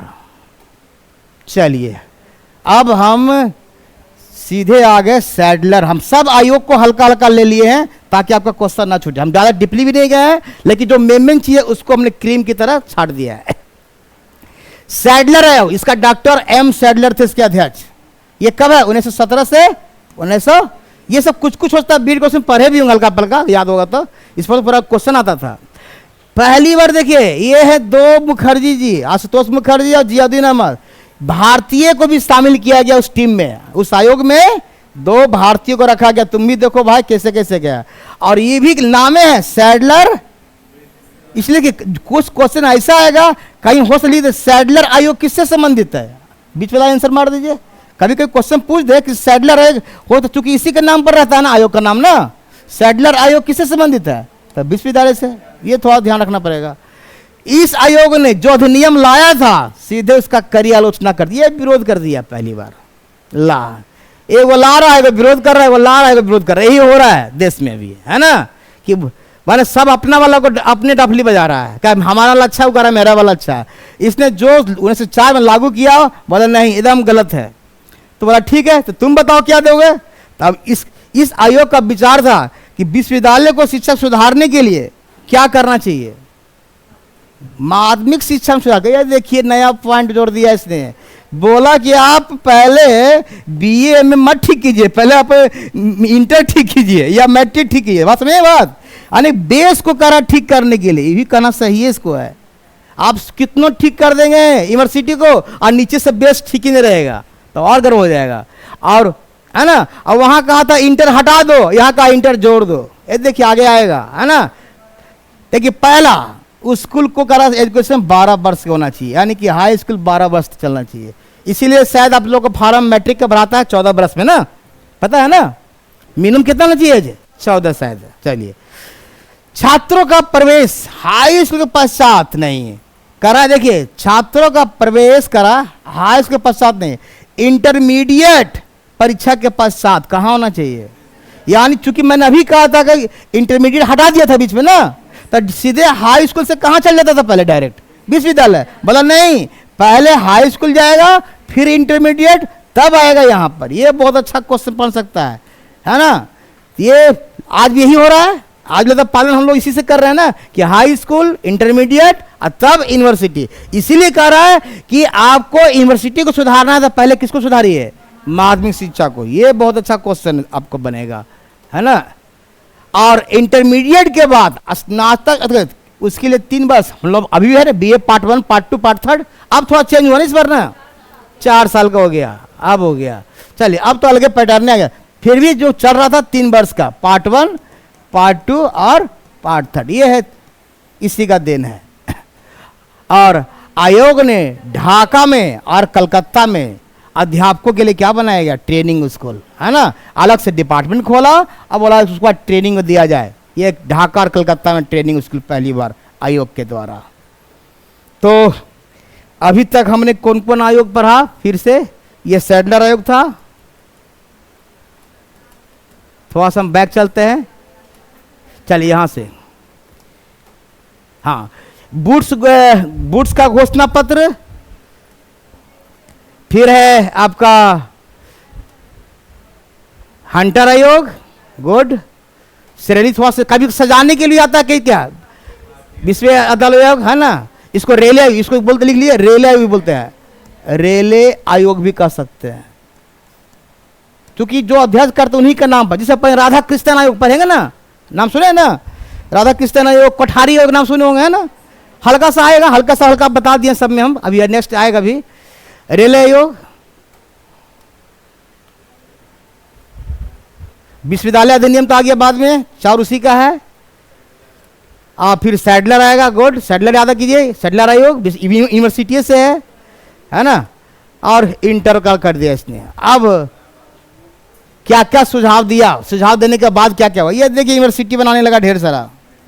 क्वेश्चन आता है 16 में मैसूर यूनिवर्सिटी बना, 16 में ही बनारस बना, 17 में पटना बना जहां से हम पास किए, और 1920 में अलीगढ़, और 1921 में लखनऊ। ये इसी आयोग का परिणाम है कि इतना आयोग ने यूनिवर्सिटी बनवा दिया, है ना, सैडलर आयोग के सुझावों के बाद। तो क्वेश्चन पूछ सकता है कि पटना विश्वविद्यालय किस आयोग के सुझाव पर बना है, तो आपको थोड़ा सा क्वेश्चन घुमा सकता है ना। चलिए, हाटोंग समिति, हाटोंग है ना, हाटोंग समिति है, ये कमिटी बनाया गया है 1929 में, ये है। और इसके अध्यक्ष क्या है, उसी के नाम पर होगा, फिलिप हाटोंग, है ना, हाटोंग फिलिप नाम है। इसने भी एजुकेशन पर बात किया और प्राथमिक शिक्षा की बात कर रहा है। क्या चीज पर? प्राथमिक शिक्षा की बात कर रहा है, बहुत इंपॉर्टेंट है। देखिए तो कोई है क्या, नहीं ना, अच्छा उधर है। प्राथमिक शिक्षा की बात कर रहा है, लेकिन प्राथमिक शिक्षा को राष्ट्रीय लेवल पर कर रहा है, बनाइए इसको, है ना। यानी कि राष्ट्रीय आवश्यकता बताया इसको, माने कोई छोटा मोटा आवश्यकता मत बताइए इसको, कह रहा है कि एकदम इसके बिना हम कुछ कर ही नहीं सकते, है ना। जैसे लोग कहते हैं ना कि बच्चे ही भविष्य, क्या है, देश के भविष्य हैं, वही वाला बात है, भविष्य है ना। तो यही बच्चा है, ये प्राथमिक एजुकेशन नहीं मिलेगा तो राष्ट्र कैसे चलेगा, है ना। ग्रामीण परिधि, वर्नाकुलर मिडिल स्कूल, ये वर्नाकुलर क्या होता है? वर्नाकुलर लिख लिए, देसी होता है, लिख ली हिंदी कहीं पर। वर्नाकुलर का मतलब होता है देसी, मातृ, है ना। तो वर्नाकुलर अंग्रेजी वर्ड है, लेकिन वर्नाकुलर मिडिल स्कूल बनाया जाए, ग्रामीण स्तर में, गांव गांव में खोला जाए देसी स्कूल, है ना। स्कूल के स्तर पर रोक दिया जाए, माने क्या, उसको रोकने के लिए उनके स्थान पर, अर्थात कॉलेज में प्रवेश पर रोक लगा। इसके बदले व्यवसायिक और औद्योगिक, एक और अच्छा क्वेश्चन यहां से, एक मिनट फिर से आते हैं। कह रहा कि जहां ग्रामीण क्षेत्र है, जहां बच्चा पढ़ने हायर में नहीं जा सकता है, वहां हम क्या कर दिया, वोकेशनल कोर्स, चलाइए। जैसे सिलाई विलाई हो गया ना, ब्यूटिशियन हो गया, ये सब कोर्स डालना चालू किया। बोला वहाँ कॉलेज मत पढ़ाइए बच्चे को, है ना, वहाँ पर दीजिए ताकि उनका जीवन यापन थोड़ा चालू हो जाए, है ना। उनको हैंडीक्राफ्ट पसंद जाए, हैंडीक्राफ्ट वाला चीज समझ सिखाया जाए, है ना। अभी भी कुछ समय पहले ब्यूटिशियन का कोर्स अभी भी होता है, कुछ कुछ ना, ब्यूटिशियन का होता है, फिर आपका सिलाई का होता है, फिर आपको नहीं होम साइंस एक और होता है आपका जो स्पेशली लैब बनता है, पैथो लैब, है ना, पैथो लैब का भी होता है, कोर्स होता है सब, है ना। तो ये सब लैब वाला चलता है।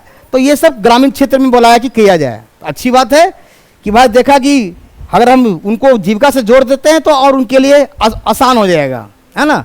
तो बोला कि इसको कॉलेज में मत भेजिए, है ना, कॉलेज पर रोक लगा दिया और कहा कि ठीक है इसको हम वोकेशनल के तहत और टेक्निकल में ला दिया जाए, औद्योगिक शिक्षा, है ना, इंडस्ट्री से जोड़ दिया जाए।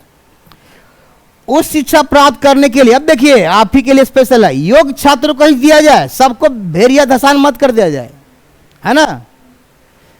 जैसे कोई आदमी पीएचडी करने जा रहा है तो सब लोग कर रहे हैं पीएचडी, है ना, नहीं, जो योग्य है उनको ही पीएचडी किया जाए और उस शिक्षा प्राप्त करने की अनुमति दी जाए। ये बहुत अच्छी बात बोला। अभी तक वही है कि सब लोग बीए में सब पास कर रहे थे, है ना, आप कह रहे नहीं, उसी को बनाया जाए जो उसके लायक हो, जो उसको यानी कहने मतलब कि आपको करा, यानी कि आपको उस शिक्षा को क्या कर दिया, थोड़ा सा कठिन कर दिया ना। उस शिक्षा प्राप्त में क्या होगा, कठिन होगा, उसको प्रवेश परीक्षा से गुजरना पड़ेगा। चलिए, मौलिक शिक्षा की वर्धा योजना, है ना, इसको खाली वर्धा योजना ही मान्यता ज्यादा चलेगा, है ना। ये योजना जो है एक समिति के द्वारा दिया गया था, जाकिर हुसैन, लिख लीजिए पहले, यहां पर नहीं लिखा हुआ है, जाकिर हुसैन समिति की सिफारिश पर है, समिति। लेकिन ये डिपेंड किस पे करता है, महात्मा गांधी पर, क्योंकि महात्मा गांधी से ये प्रभावित है ना, महात्मा गांधी से। वर्धा कहां पड़ता है, गुजरात में ना, क्या अहमदाबाद में, महाराष्ट्र में, वर्धा महाराष्ट्र में शायद, हाँ, वही जगह का नाम से दिया गया वर्धा। 1937 में महात्मा गांधी ने अपनी पत्रिका एक उनकी निकलती थी हरिजन में, है ना, शिक्षा पर एक आर्टिकल लिखे थे, है ना, और जो योजना पर बताया कि ऐसे ऐसे भारत में होना चाहिए, और उसी जो योजना प्रस्ताव उसको बोल दिया गया वर्धा योजना, है ना। अब बाद में उसे सरकार भी कुछ हद तक मानती है। उस योजना का मेन खूबी क्या है, ये आप ऑलरेडी पढ़ोगे, हस्त उत्पादक, अभी बनने पता, हैंडीक्राफ्ट की बात कर रहे हैं, है ना, ये बहुत अच्छी बात है।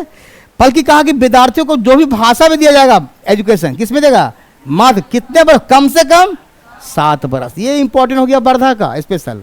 अभी तक कोई एज नहीं बता रहा था कितना साल पढ़ना है, इसने कहा कम से कम 7 वर्ष तक तो मातृभाषा में दिया ही जाए। इसीलिए आज से, अब तो नहीं, आज से 15 साल 20 साल पहले जो अगर पढ़ते होंगे 6th क्लास से अंग्रेजी चालू होता था।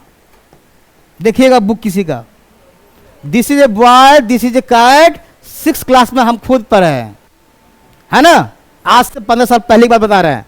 अब तो लगता है LKG UKG चालू होता है ना, उसमें तो UKG नामों नहीं सुनते कि UKG क्या होता है ना। अब कह रहे हैं कि 6th क्लास में this is a boy, this is a cat रहता था, क्योंकि यही हमको लगता है कि उसमें यही चल रहा होगा, है ना, 7 वर्ष तक बच्चे को केवल मातृभाषा।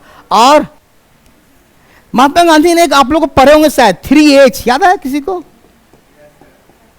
ये क्वेश्चन भी आता है, बीएड का क्वेश्चन है ये, 3H थ्योरी किसने दिया, क्या है 3H, महात्मा गांधी नहीं है। एच का मतलब क्या है, हाँ, हैंड, गुड, याद है कुछ को, हार्ट, हेड, है ना, ये 3H लिख लीजिए, काम देगा बाद में। हैंड मतलब वही आपका हस्तकला की बात कर रहे हैं, हार्ट आपका दिल साफ होना चाहिए, हेड दिमाग, तीनों से काम कीजिए तभी आपकी एजुकेशन के लिए सबसे बेस्ट माना जाएगा। ये आपको बीएड में डिटेल भी पढ़ना आता, भी क्वेश्चन था इसमें, है ना, 3H।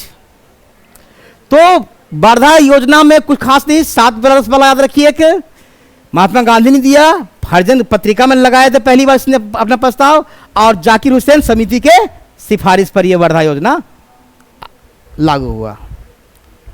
चलिए अब हम 47 तक पहुंच गए। ये लेकिन कहता है कि विश्व युद्ध हो गया था उस समय, योजना ज्यादा क्या होगा, सुस्त पड़ गई, यानी कि ज्यादा दिन नहीं रह पाया। यानी महात्मा गांधी का जो योजना चल रहा था या जो भी क्या कहते हैं जाकिर हुसैन की समिति की सिफारिश पर, वो ज्यादा दिन नहीं टिक पाया। और अब हमारा देश क्या हो गया, आजाद हो गया। आजाद होने के बाद भी पहला योग जो बना, ये है क्वेश्चन पूछ सकता है, स्वतंत्रता के बाद बनने वाला पहला आयोग राधा कृष्णन आयोग, अथवा उसी को बोलते हैं विश्वविद्यालय शिक्षा आयोग, है ना। 1948 49 48 से बना होगा, 49 में इसकी रिपोर्ट आई होगी, है ना। स्वतंत्रता के बाद विश्वविद्यालय शिक्षा स्तर विचार करने के लिए 1948 में भारत सरकार ने राधा कृष्णन की अध्यक्षता में क्या किया, एक आयोग का गठन किया, और उसकी सिफारिश देखेंगे अलग से पॉइंट जो भी है। तो ये भी किससे संबंधित हो गया, मैक्सिमम देखिए यूनिवर्सिटी से, एक ही दो आपको आया प्राइमरी ना, दो केवल, है ना। मैक्सिमम देखिए यूनिवर्सिटी, सब में यूनिवर्सिटी लगा हुआ था, ठीक है, नहीं तो राधा कृष्ण पूछेगा तो भी यूनिवर्सिटी ही मानिएगा, है ना। तो जो भी हो, और इसने भी कुछ कुछ यूनिवर्सिटी के सुझाव, चूंकि अब देश क्या हो गया, आजाद हो गया, अब ये लोग भारत सरकार के अधीन काम करेंगे। अब अंग्रेजी सरकार चली गई, है ना, और भारत सरकार क्या क्या बोलती है वो अब देखते हैं। पहला पॉइंट, विश्वविद्यालय के शिक्षा के पूर्व 12 वर्ष कितना देना चाहिए इसको, ये एक बार पहले भी आ चुका है था ना। चलिए इसने फिर से लगा, पहली बार कहा कि एजुकेशन को समवर्ती सूची, बहुत इंपॉर्टेंट, शायद विकी सर पढ़ाए भी होंगे और संशोधन पढ़ाए होंगे, उसमें भी रहता है, क्वेश्चन आता है ना। तो समवर्ती मतलब इस पर केंद्र सरकार ही बनाएगी और राज्य सरकार, गुड, पढ़े होंगे जरूर, ये उस लिस्ट में शामिल कर दिया गया। यानी एजुकेशन पर दोनों काम कर सकते हैं, है ना। तो ये इनका एक इंपॉर्टेंट क्वेश्चन, सॉरी, है ना, ये वाला समवर्ती, और दूसरा 12 वर्ष की स्कूली शिक्षा, यही दो मेन पॉइंट। बाकी और आप पढ़े डिटेल उतना ले जाएंगे, है ना। और कहा कि यूजीसी, हम लोग पढ़ते ना, जो नेट का परीक्षा पहले लेता था, नेट और जेआरएफ होता है ना, तो उसका परीक्षा कौन था, यूजीसी लेती थी, यही फुल फॉर्म इसका, विश्वविद्यालय यूनिवर्सिटी ग्रांट कमीशन बोलते हैं ना,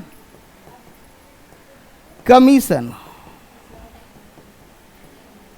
यूनिवर्सिटी ग्रांट कमीशन। ये कब बना, 1953 में इसकी स्थापना हुई। तो क्वेश्चन पूछेगा डायरेक्ट कि विश्वविद्यालय अनुदान आयोग किस आयोग के सिफारिश पे बना, राधा कृष्णन, डायरेक्ट क्वेश्चन आता है, लिख लीजिए, समवर्ती में दिखा आगे, राधा कृष्णन, ये क्वेश्चन आएगा डायरेक्ट,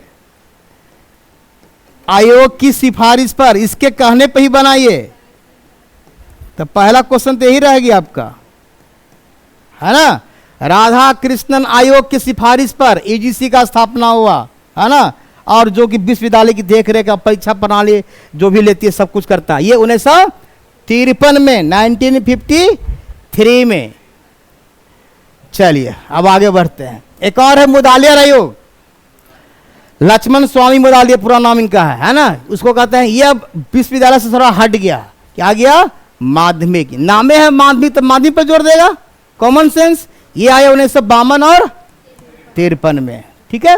थोड़ा सा ये सब कम कम दिए, चूंकि सब ज्यादा ऑलरेडी पढ़े हुए हल्का हल्का, खाली मेमन दे दिए। माध्यमिक शिक्षा पर जोर, प्राथमिक बेसिक शिक्षा 4 वर्ष का, सीनियर बेसिक शिक्षा 3 वर्ष का, और उच्च माध्यमिक शिक्षा 4 वर्ष की। ये अच्छा बनाया, यानी 4 वर्ष तक प्राइमरी जो आप पढ़ते हैं, सीनियर बेसिक में 3 वर्ष और हायर में 4 वर्ष को। ये अपना बताया कि ऐसे से होना चाहिए, है ना। ये अपना सुझाव दे रहा है कि इस तरह का कोर्स रखिए।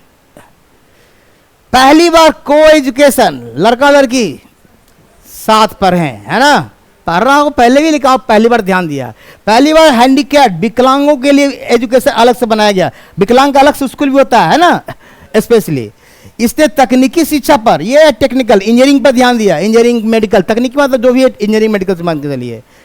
आप देखिए, मैंने अभी कहा ना, एक क्लास में कितना बच्चा होना चाहिए, है ना। ये किसने कहा, क्वेश्चन पूछ सकता है, मुदालियर आयोग, ये क्वेश्चन आ सकता है ना। ये आपका जनरली हम लोग 40 बोलते हैं ना, जनरली हम लोग क्या बोलते हैं, 40 होना चाहिए, स्टैंडर्ड जो माना गया प्रत्येक कक्षा में, है ना, 40, और 40 पर एक टीचर भी होना चाहिए। प्रत्येक उसके में छात्र कितना होते लगभग 500 से 750 का आसपास एवरेज दिया है। और कम से कम एक बरस में 365 दिन में कितना दिन काम स्कूल खुला रहना चाहिए? तो 3 महीना 2 महीना ऐसी छुट्टी मिल जाता है आप लोगों को गर्मी का। ठंडा में 1 महीना लगे, ठंडा ज़्यादा पड़ गया तो फिर छुट्टी है ना, और फेस्टिवल है तो ज़्यादा मिल जाता है आप लोग को। चलिए, तो ये हो गया को एजुकेशन, हैंडीकैप, तकनीकी शिक्षा 30 से 40 प्रत्येक, 500 से 750, और वर्ष में कम से कम 200 कार्य दिवस होनी चाहिए। ये था मुदालियार आयोग। अब आ गया कोठारी आयोग, लास्ट ही है, अब ज्यादा नहीं, क्योंकि हम देश आजाद के बाद जा रहे हैं, है ना, ये आगे हम बढ़ गए, बढ़ना नहीं चाहता, लेकिन फिर भी हमको लगा पढ़ा रहे तो आयोग हल्का हल्का टच करती जाए, है ना। शिक्षा आयोग आपका बुक में भी नहीं दिया, लेकिन हो सकता क्वेश्चन पूछ दे, क्योंकि बीएड में पढ़ना ही पढ़ना है। दौलत सिंह, शॉर्ट में बोलते हैं डीएस, क्या बोलते हैं, डीएस कोठारी, है ना, डीएस कोठारी। ये पहली बार बोला जितना नेशनल इनकम है उसका 6%। राष्ट्रीय आय कैसे निकालते हैं मैडम, विक्की से भी पढ़ा दिए होंगे इकोनॉमिक्स में, है ना। जीएनपी क्या होता है, एनएनपी क्या होता है ना, जीडीपी क्या होता है। चलिए, अच्छी बात है, जानकारी हो गया, बहुत अच्छी बात है। तो राष्ट्रीय आय 6 का कितना, 6% एजुकेशन में बोल रहा है खर्चा करिए भाई, आने अब पैसा बढ़ाइए, खाली आयोग गठन करे से कुछ नहीं होगा, कुछ देवो कीजिएगा तब होगा, है ना। कृषि में कर रहा है, रिसर्च कीजिए। अब तो भारत सरकार, अब कौन कर रहा है, अब तो भारत सरकार कर रहा है, कृषि पर रिसर्च और शिक्षा पर बल दिया जाए। पहली बार प्रौढ़ शिक्षा, ये बुढ़ापा वाले जो अनपढ़ रह गए, जिंदगी में कभी नहीं पढ़ पाए कोई कारण से, उनको बुढ़ापा में भी सिखाया जाए, है ना, बहुत अच्छा प्रौढ़ शिक्षा, उनको भी वृद्ध कर सकते हैं। तो शिक्षा आयोग या कोठारी आयोग दोनों एक ही है, ब्रैकेट में डालते जा रहे हैं, है ना। नैतिक शिक्षा, ये पहली बार फिर आया, मोरल कैरेक्टर, खाली पढ़ाइए मत, रट्टू मत बनाइए, कुछ सामाजिक उनको ज्ञान भी दीजिए, है ना, सामाजिक ज्ञान और मोरल, है ना। ये तभी कहता है कि सर्वांगीण विकास होगा छात्र का। अध्यापक का प्रशिक्षण, तो सब लोग बोला लगभग, है ना, कि अध्यापक को ट्रेनिंग देना चाहिए, इसलिए इतना ट्रेनिंग है। फिर कहा व्यवसायिक, तकनीकी और इंजीनियरिंग शिक्षा पर जोर दिया है ना, आईआईटी कॉलेज, बीआईटी जो भी है, और जो भी एमबीए सब है, सब व्यवसायिक वाला, ये सब जोर पर दिया जाए। ये था क्या चीज, कोठारी आयोग समाप्त। अब फिर हम आपको कुछ क्वेश्चन दे दिए हैं, इसका मैंने चॉइस नहीं दिए, आपको डायरेक्ट हम क्वेश्चन बना दिए हैं ताकि कंफ्यूजन ना हो। पहला क्वेश्चन देखिए, यह था एजुकेशन से संबंधित जितना हम पढ़ा है। ब्रिटिश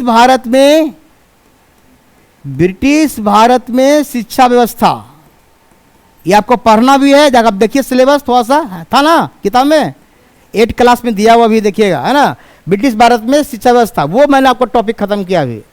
मैंने चालू किया था कहाँ से, बारिंग हेस्टिंग से, याद है ना, बारिंग हेस्टिंग से लेकर फिर विलियम जोन्स के से लेकर स्टार्ट किए और लेकर सीधे आए कहाँ, कोठारी आयोग तक। एक सिस्टमेटिक थोड़ा उसको रिवीजन करना जरूरी है, मैंने हल्का हल्का सबको टच करते हुए। अब उस टॉपिक से हम बाहर जा रहे हैं थोड़ा सा, ये 1-2 मिनट के लिए, बस ज़्यादा नहीं, 2-3 पॉइंट इसमें क्वेश्चन, इसमें हमेशा लोग कंफ्यूज कर जा रहे हैं, इसीलिए मैंने आपको एक जगह कनेक्शन कर दिया है। बंगाल का यदि पूछेगा, प्रथम governor Robert Clive, governor word, इसमें जनरल नहीं लगना चाहिए, क्या है, गवर्नर। बंगाल का अंतिम गवर्नर कौन, गवर्नर, बार कह रहे जनरल वर्ड नहीं लगना चाहिए। अब पूछ दे भारत का गवर्नर जनरल, बारिंग हेस्टिंग, प्रथम क्या है ये, भारत का अंतिम गवर्नर जनरल लॉर्ड कैनिंग। ये जो 1857 विद्रोह हुआ था, याद है ना, तो फिर से यहाँ कंफ्यूजन, गवर्नर पूछेगा प्रथम रॉबर्ट क्लाइव। ये 2 डेट इसलिए कि 2 बार आया था ना, इसलिए मैंने लिख दिया है। बारिंग हेस्टिंग 1772 में आया था, पता ही है, और अंतिम गवर्नर, अब प्रथम गवर्नर जनरल बन के आता है। फिर कह रहा भारत का अंतिम गवर्नर जनरल लॉर्ड कैनिंग, और भारत का प्रथम वायसराय भी लॉर्ड कैनिंग। तो ये दोनों मतलब मेन कंफ्यूजन यही 3 में ज्यादा हो जाता है ना हमेशा। अगला चलिए, भारत का अंतिम वायसराय लॉर्ड माउंटबेटन, और पूछेगा स्वतंत्र भारत का फिर गवर्नर जनरल आ गया। यह देश आजाद हो गया तो फिर लॉर्ड माउंटबेटन।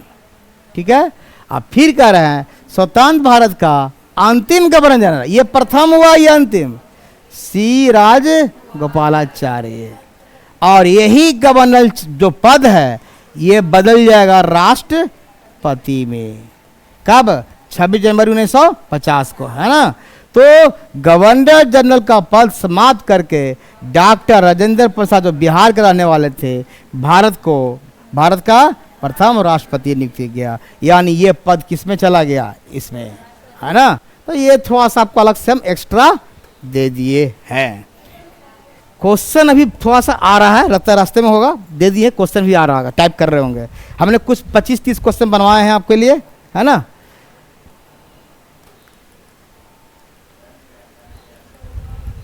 चलिए अब हम फिर भी 1-2 क्वेश्चन लेते हैं, आपको बनाइए।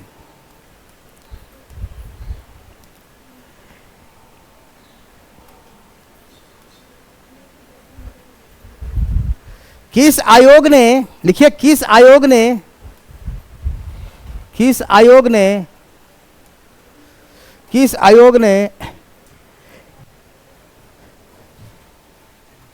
शिक्षा को समवर्ती सूची में रखने का प्रस्ताव दिया, सिफारिश किया? बोलिए। कोठारी आयोग? तुरंत ही इतना जल्दी भूल जाइएगा? राधा कृष्णन होगा, है ना। देखिए कुछ क्वेश्चन है कि 1-2 बार रिवीजन करना, ठीक है। अभी डायरेक्ट, चूंकि डायरेक्ट हो रहा है तो आपको थोड़ा टाइम लग रहा है ना। देखिए अभी होगा इसमें, तो समवर्ती सूची वाला थोड़ा याद रखिए, ज्यादा क्वेश्चन आता है, बराबर पूछता भी है।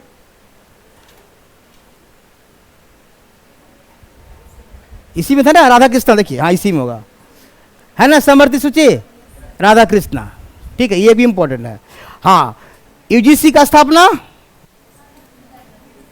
ये भी आता है एकदम। एक क्वेश्चन हम फिक्स है, अगर कोई नेट देने जा रहे हैं, एक क्वेश्चन यहां से रहना ही रहना है ना। ईजीसी का गठन कब हुआ, या तो ईजीसी का किसके सिफारिश पर ये बना, एक क्वेश्चन यहां से रहता है, हम नॉर्मल है ना। दूसरा क्वेश्चन,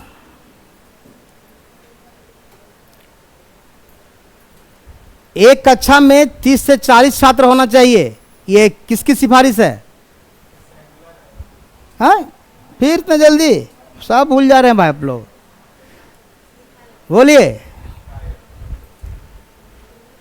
मुदालिया आयोग, है ना। चलिए अभी ठीक है, पहला बार अभी तो शुरू ही हुआ है, आपको पीडीएफ चला जाएगा, सब हम पीडीएफ बोल देते हैं डालने के लिए, ठीक है। ठीक, देखिए 30 से 40, जाके इसको पॉइंट बाय पॉइंट और बनाई कि शॉर्टकट को हम कैसे बना सके, है ना। हम भी पॉइंट आपको दिए, इतना से नहीं। आपको मुदालिया तो पूरा 4 को पेज लिखते थे हम लोग बीएड में, याद है ना, फुल क्वेश्चन आता था, लेकिन हम खाली पॉइंट वाइज को नोट करवाए हैं। अब सुनिए आगे की कहानी, अब यहां के बाद अब हम आगे का कैसे प्लान बनाएंगे। एक थोड़ा सा क्षेत्रीय हो सकता है, देख लेते हैं आपका सिलेबस में क्या है। क्षेत्रीय आंदोलन जो हुआ है कुछ जगह, नहीं समझे, है ना। जो क्षेत्रीय आंदोलन हुआ है, छोटा जो विद्रोह हुआ, आंदोलन मतलब विद्रोह भी हो सकता है, जैसे सन्यासी विद्रोह नाम सुने है ना, मुंडा विद्रोह, है ना। तो कुछ छोटा जो कुछ जगह हुआ, शायद हमको 10 से 15 के बीच में होगा, ज्यादा नहीं होगा, है ना। ये आधा घंटा का चीजें खत्म हो जाएगा। इसके बाद एक ये हो सकता है, हमने 1857 के बाद 57 के बाद यहां के बाद कुछ संस्थाएं नए नहीं आएगी, कुछ संस्थाएं बनेगी, है ना। उसमें कई संस्था रहेगी, लेकिन उसमें जो फेमस संस्था होगी 1885 वाला, कौन है? INC, Indian national Congress. हम आगे का तैयारी कर रहे हैं कि कैसे आपका सिलेबस आगे खिंचाएगा, है ना। तो एक ये बच गया, तो इसको देख लेते हैं, और नहीं तो फिर 18 से यहां से पकड़ेंगे, कुछ संस्था का नाम जो फेमस इंपॉर्टेंट है उसका लेंगे, और फिर हम देखेंगे 1885 से INC का गठन कैसे कैसे हुआ और इस पर क्या क्या विचार लोगों ने दिया है ना। इसके बाद करेंगे फिर इसका कार्य क्या है ना। फिर इसका सम्मेलन जो हुआ है ना, प्रथम द्वितीय तृतीय, है ना, कांग्रेस का संविधान, वहां से क्वेश्चन एक दो आएगा, किसका किसका। तो जो भी इंपॉर्टेंट है, प्रथम कौन बना, फिर सेकंड, प्रथम महिला कौन बना, महात्मा गांधी किस में बने थे, जो जो अध्यक्ष किए हैं और उसका कुछ कुछ मुख्य बिंदु, उसको हम आपको ले चलेंगे।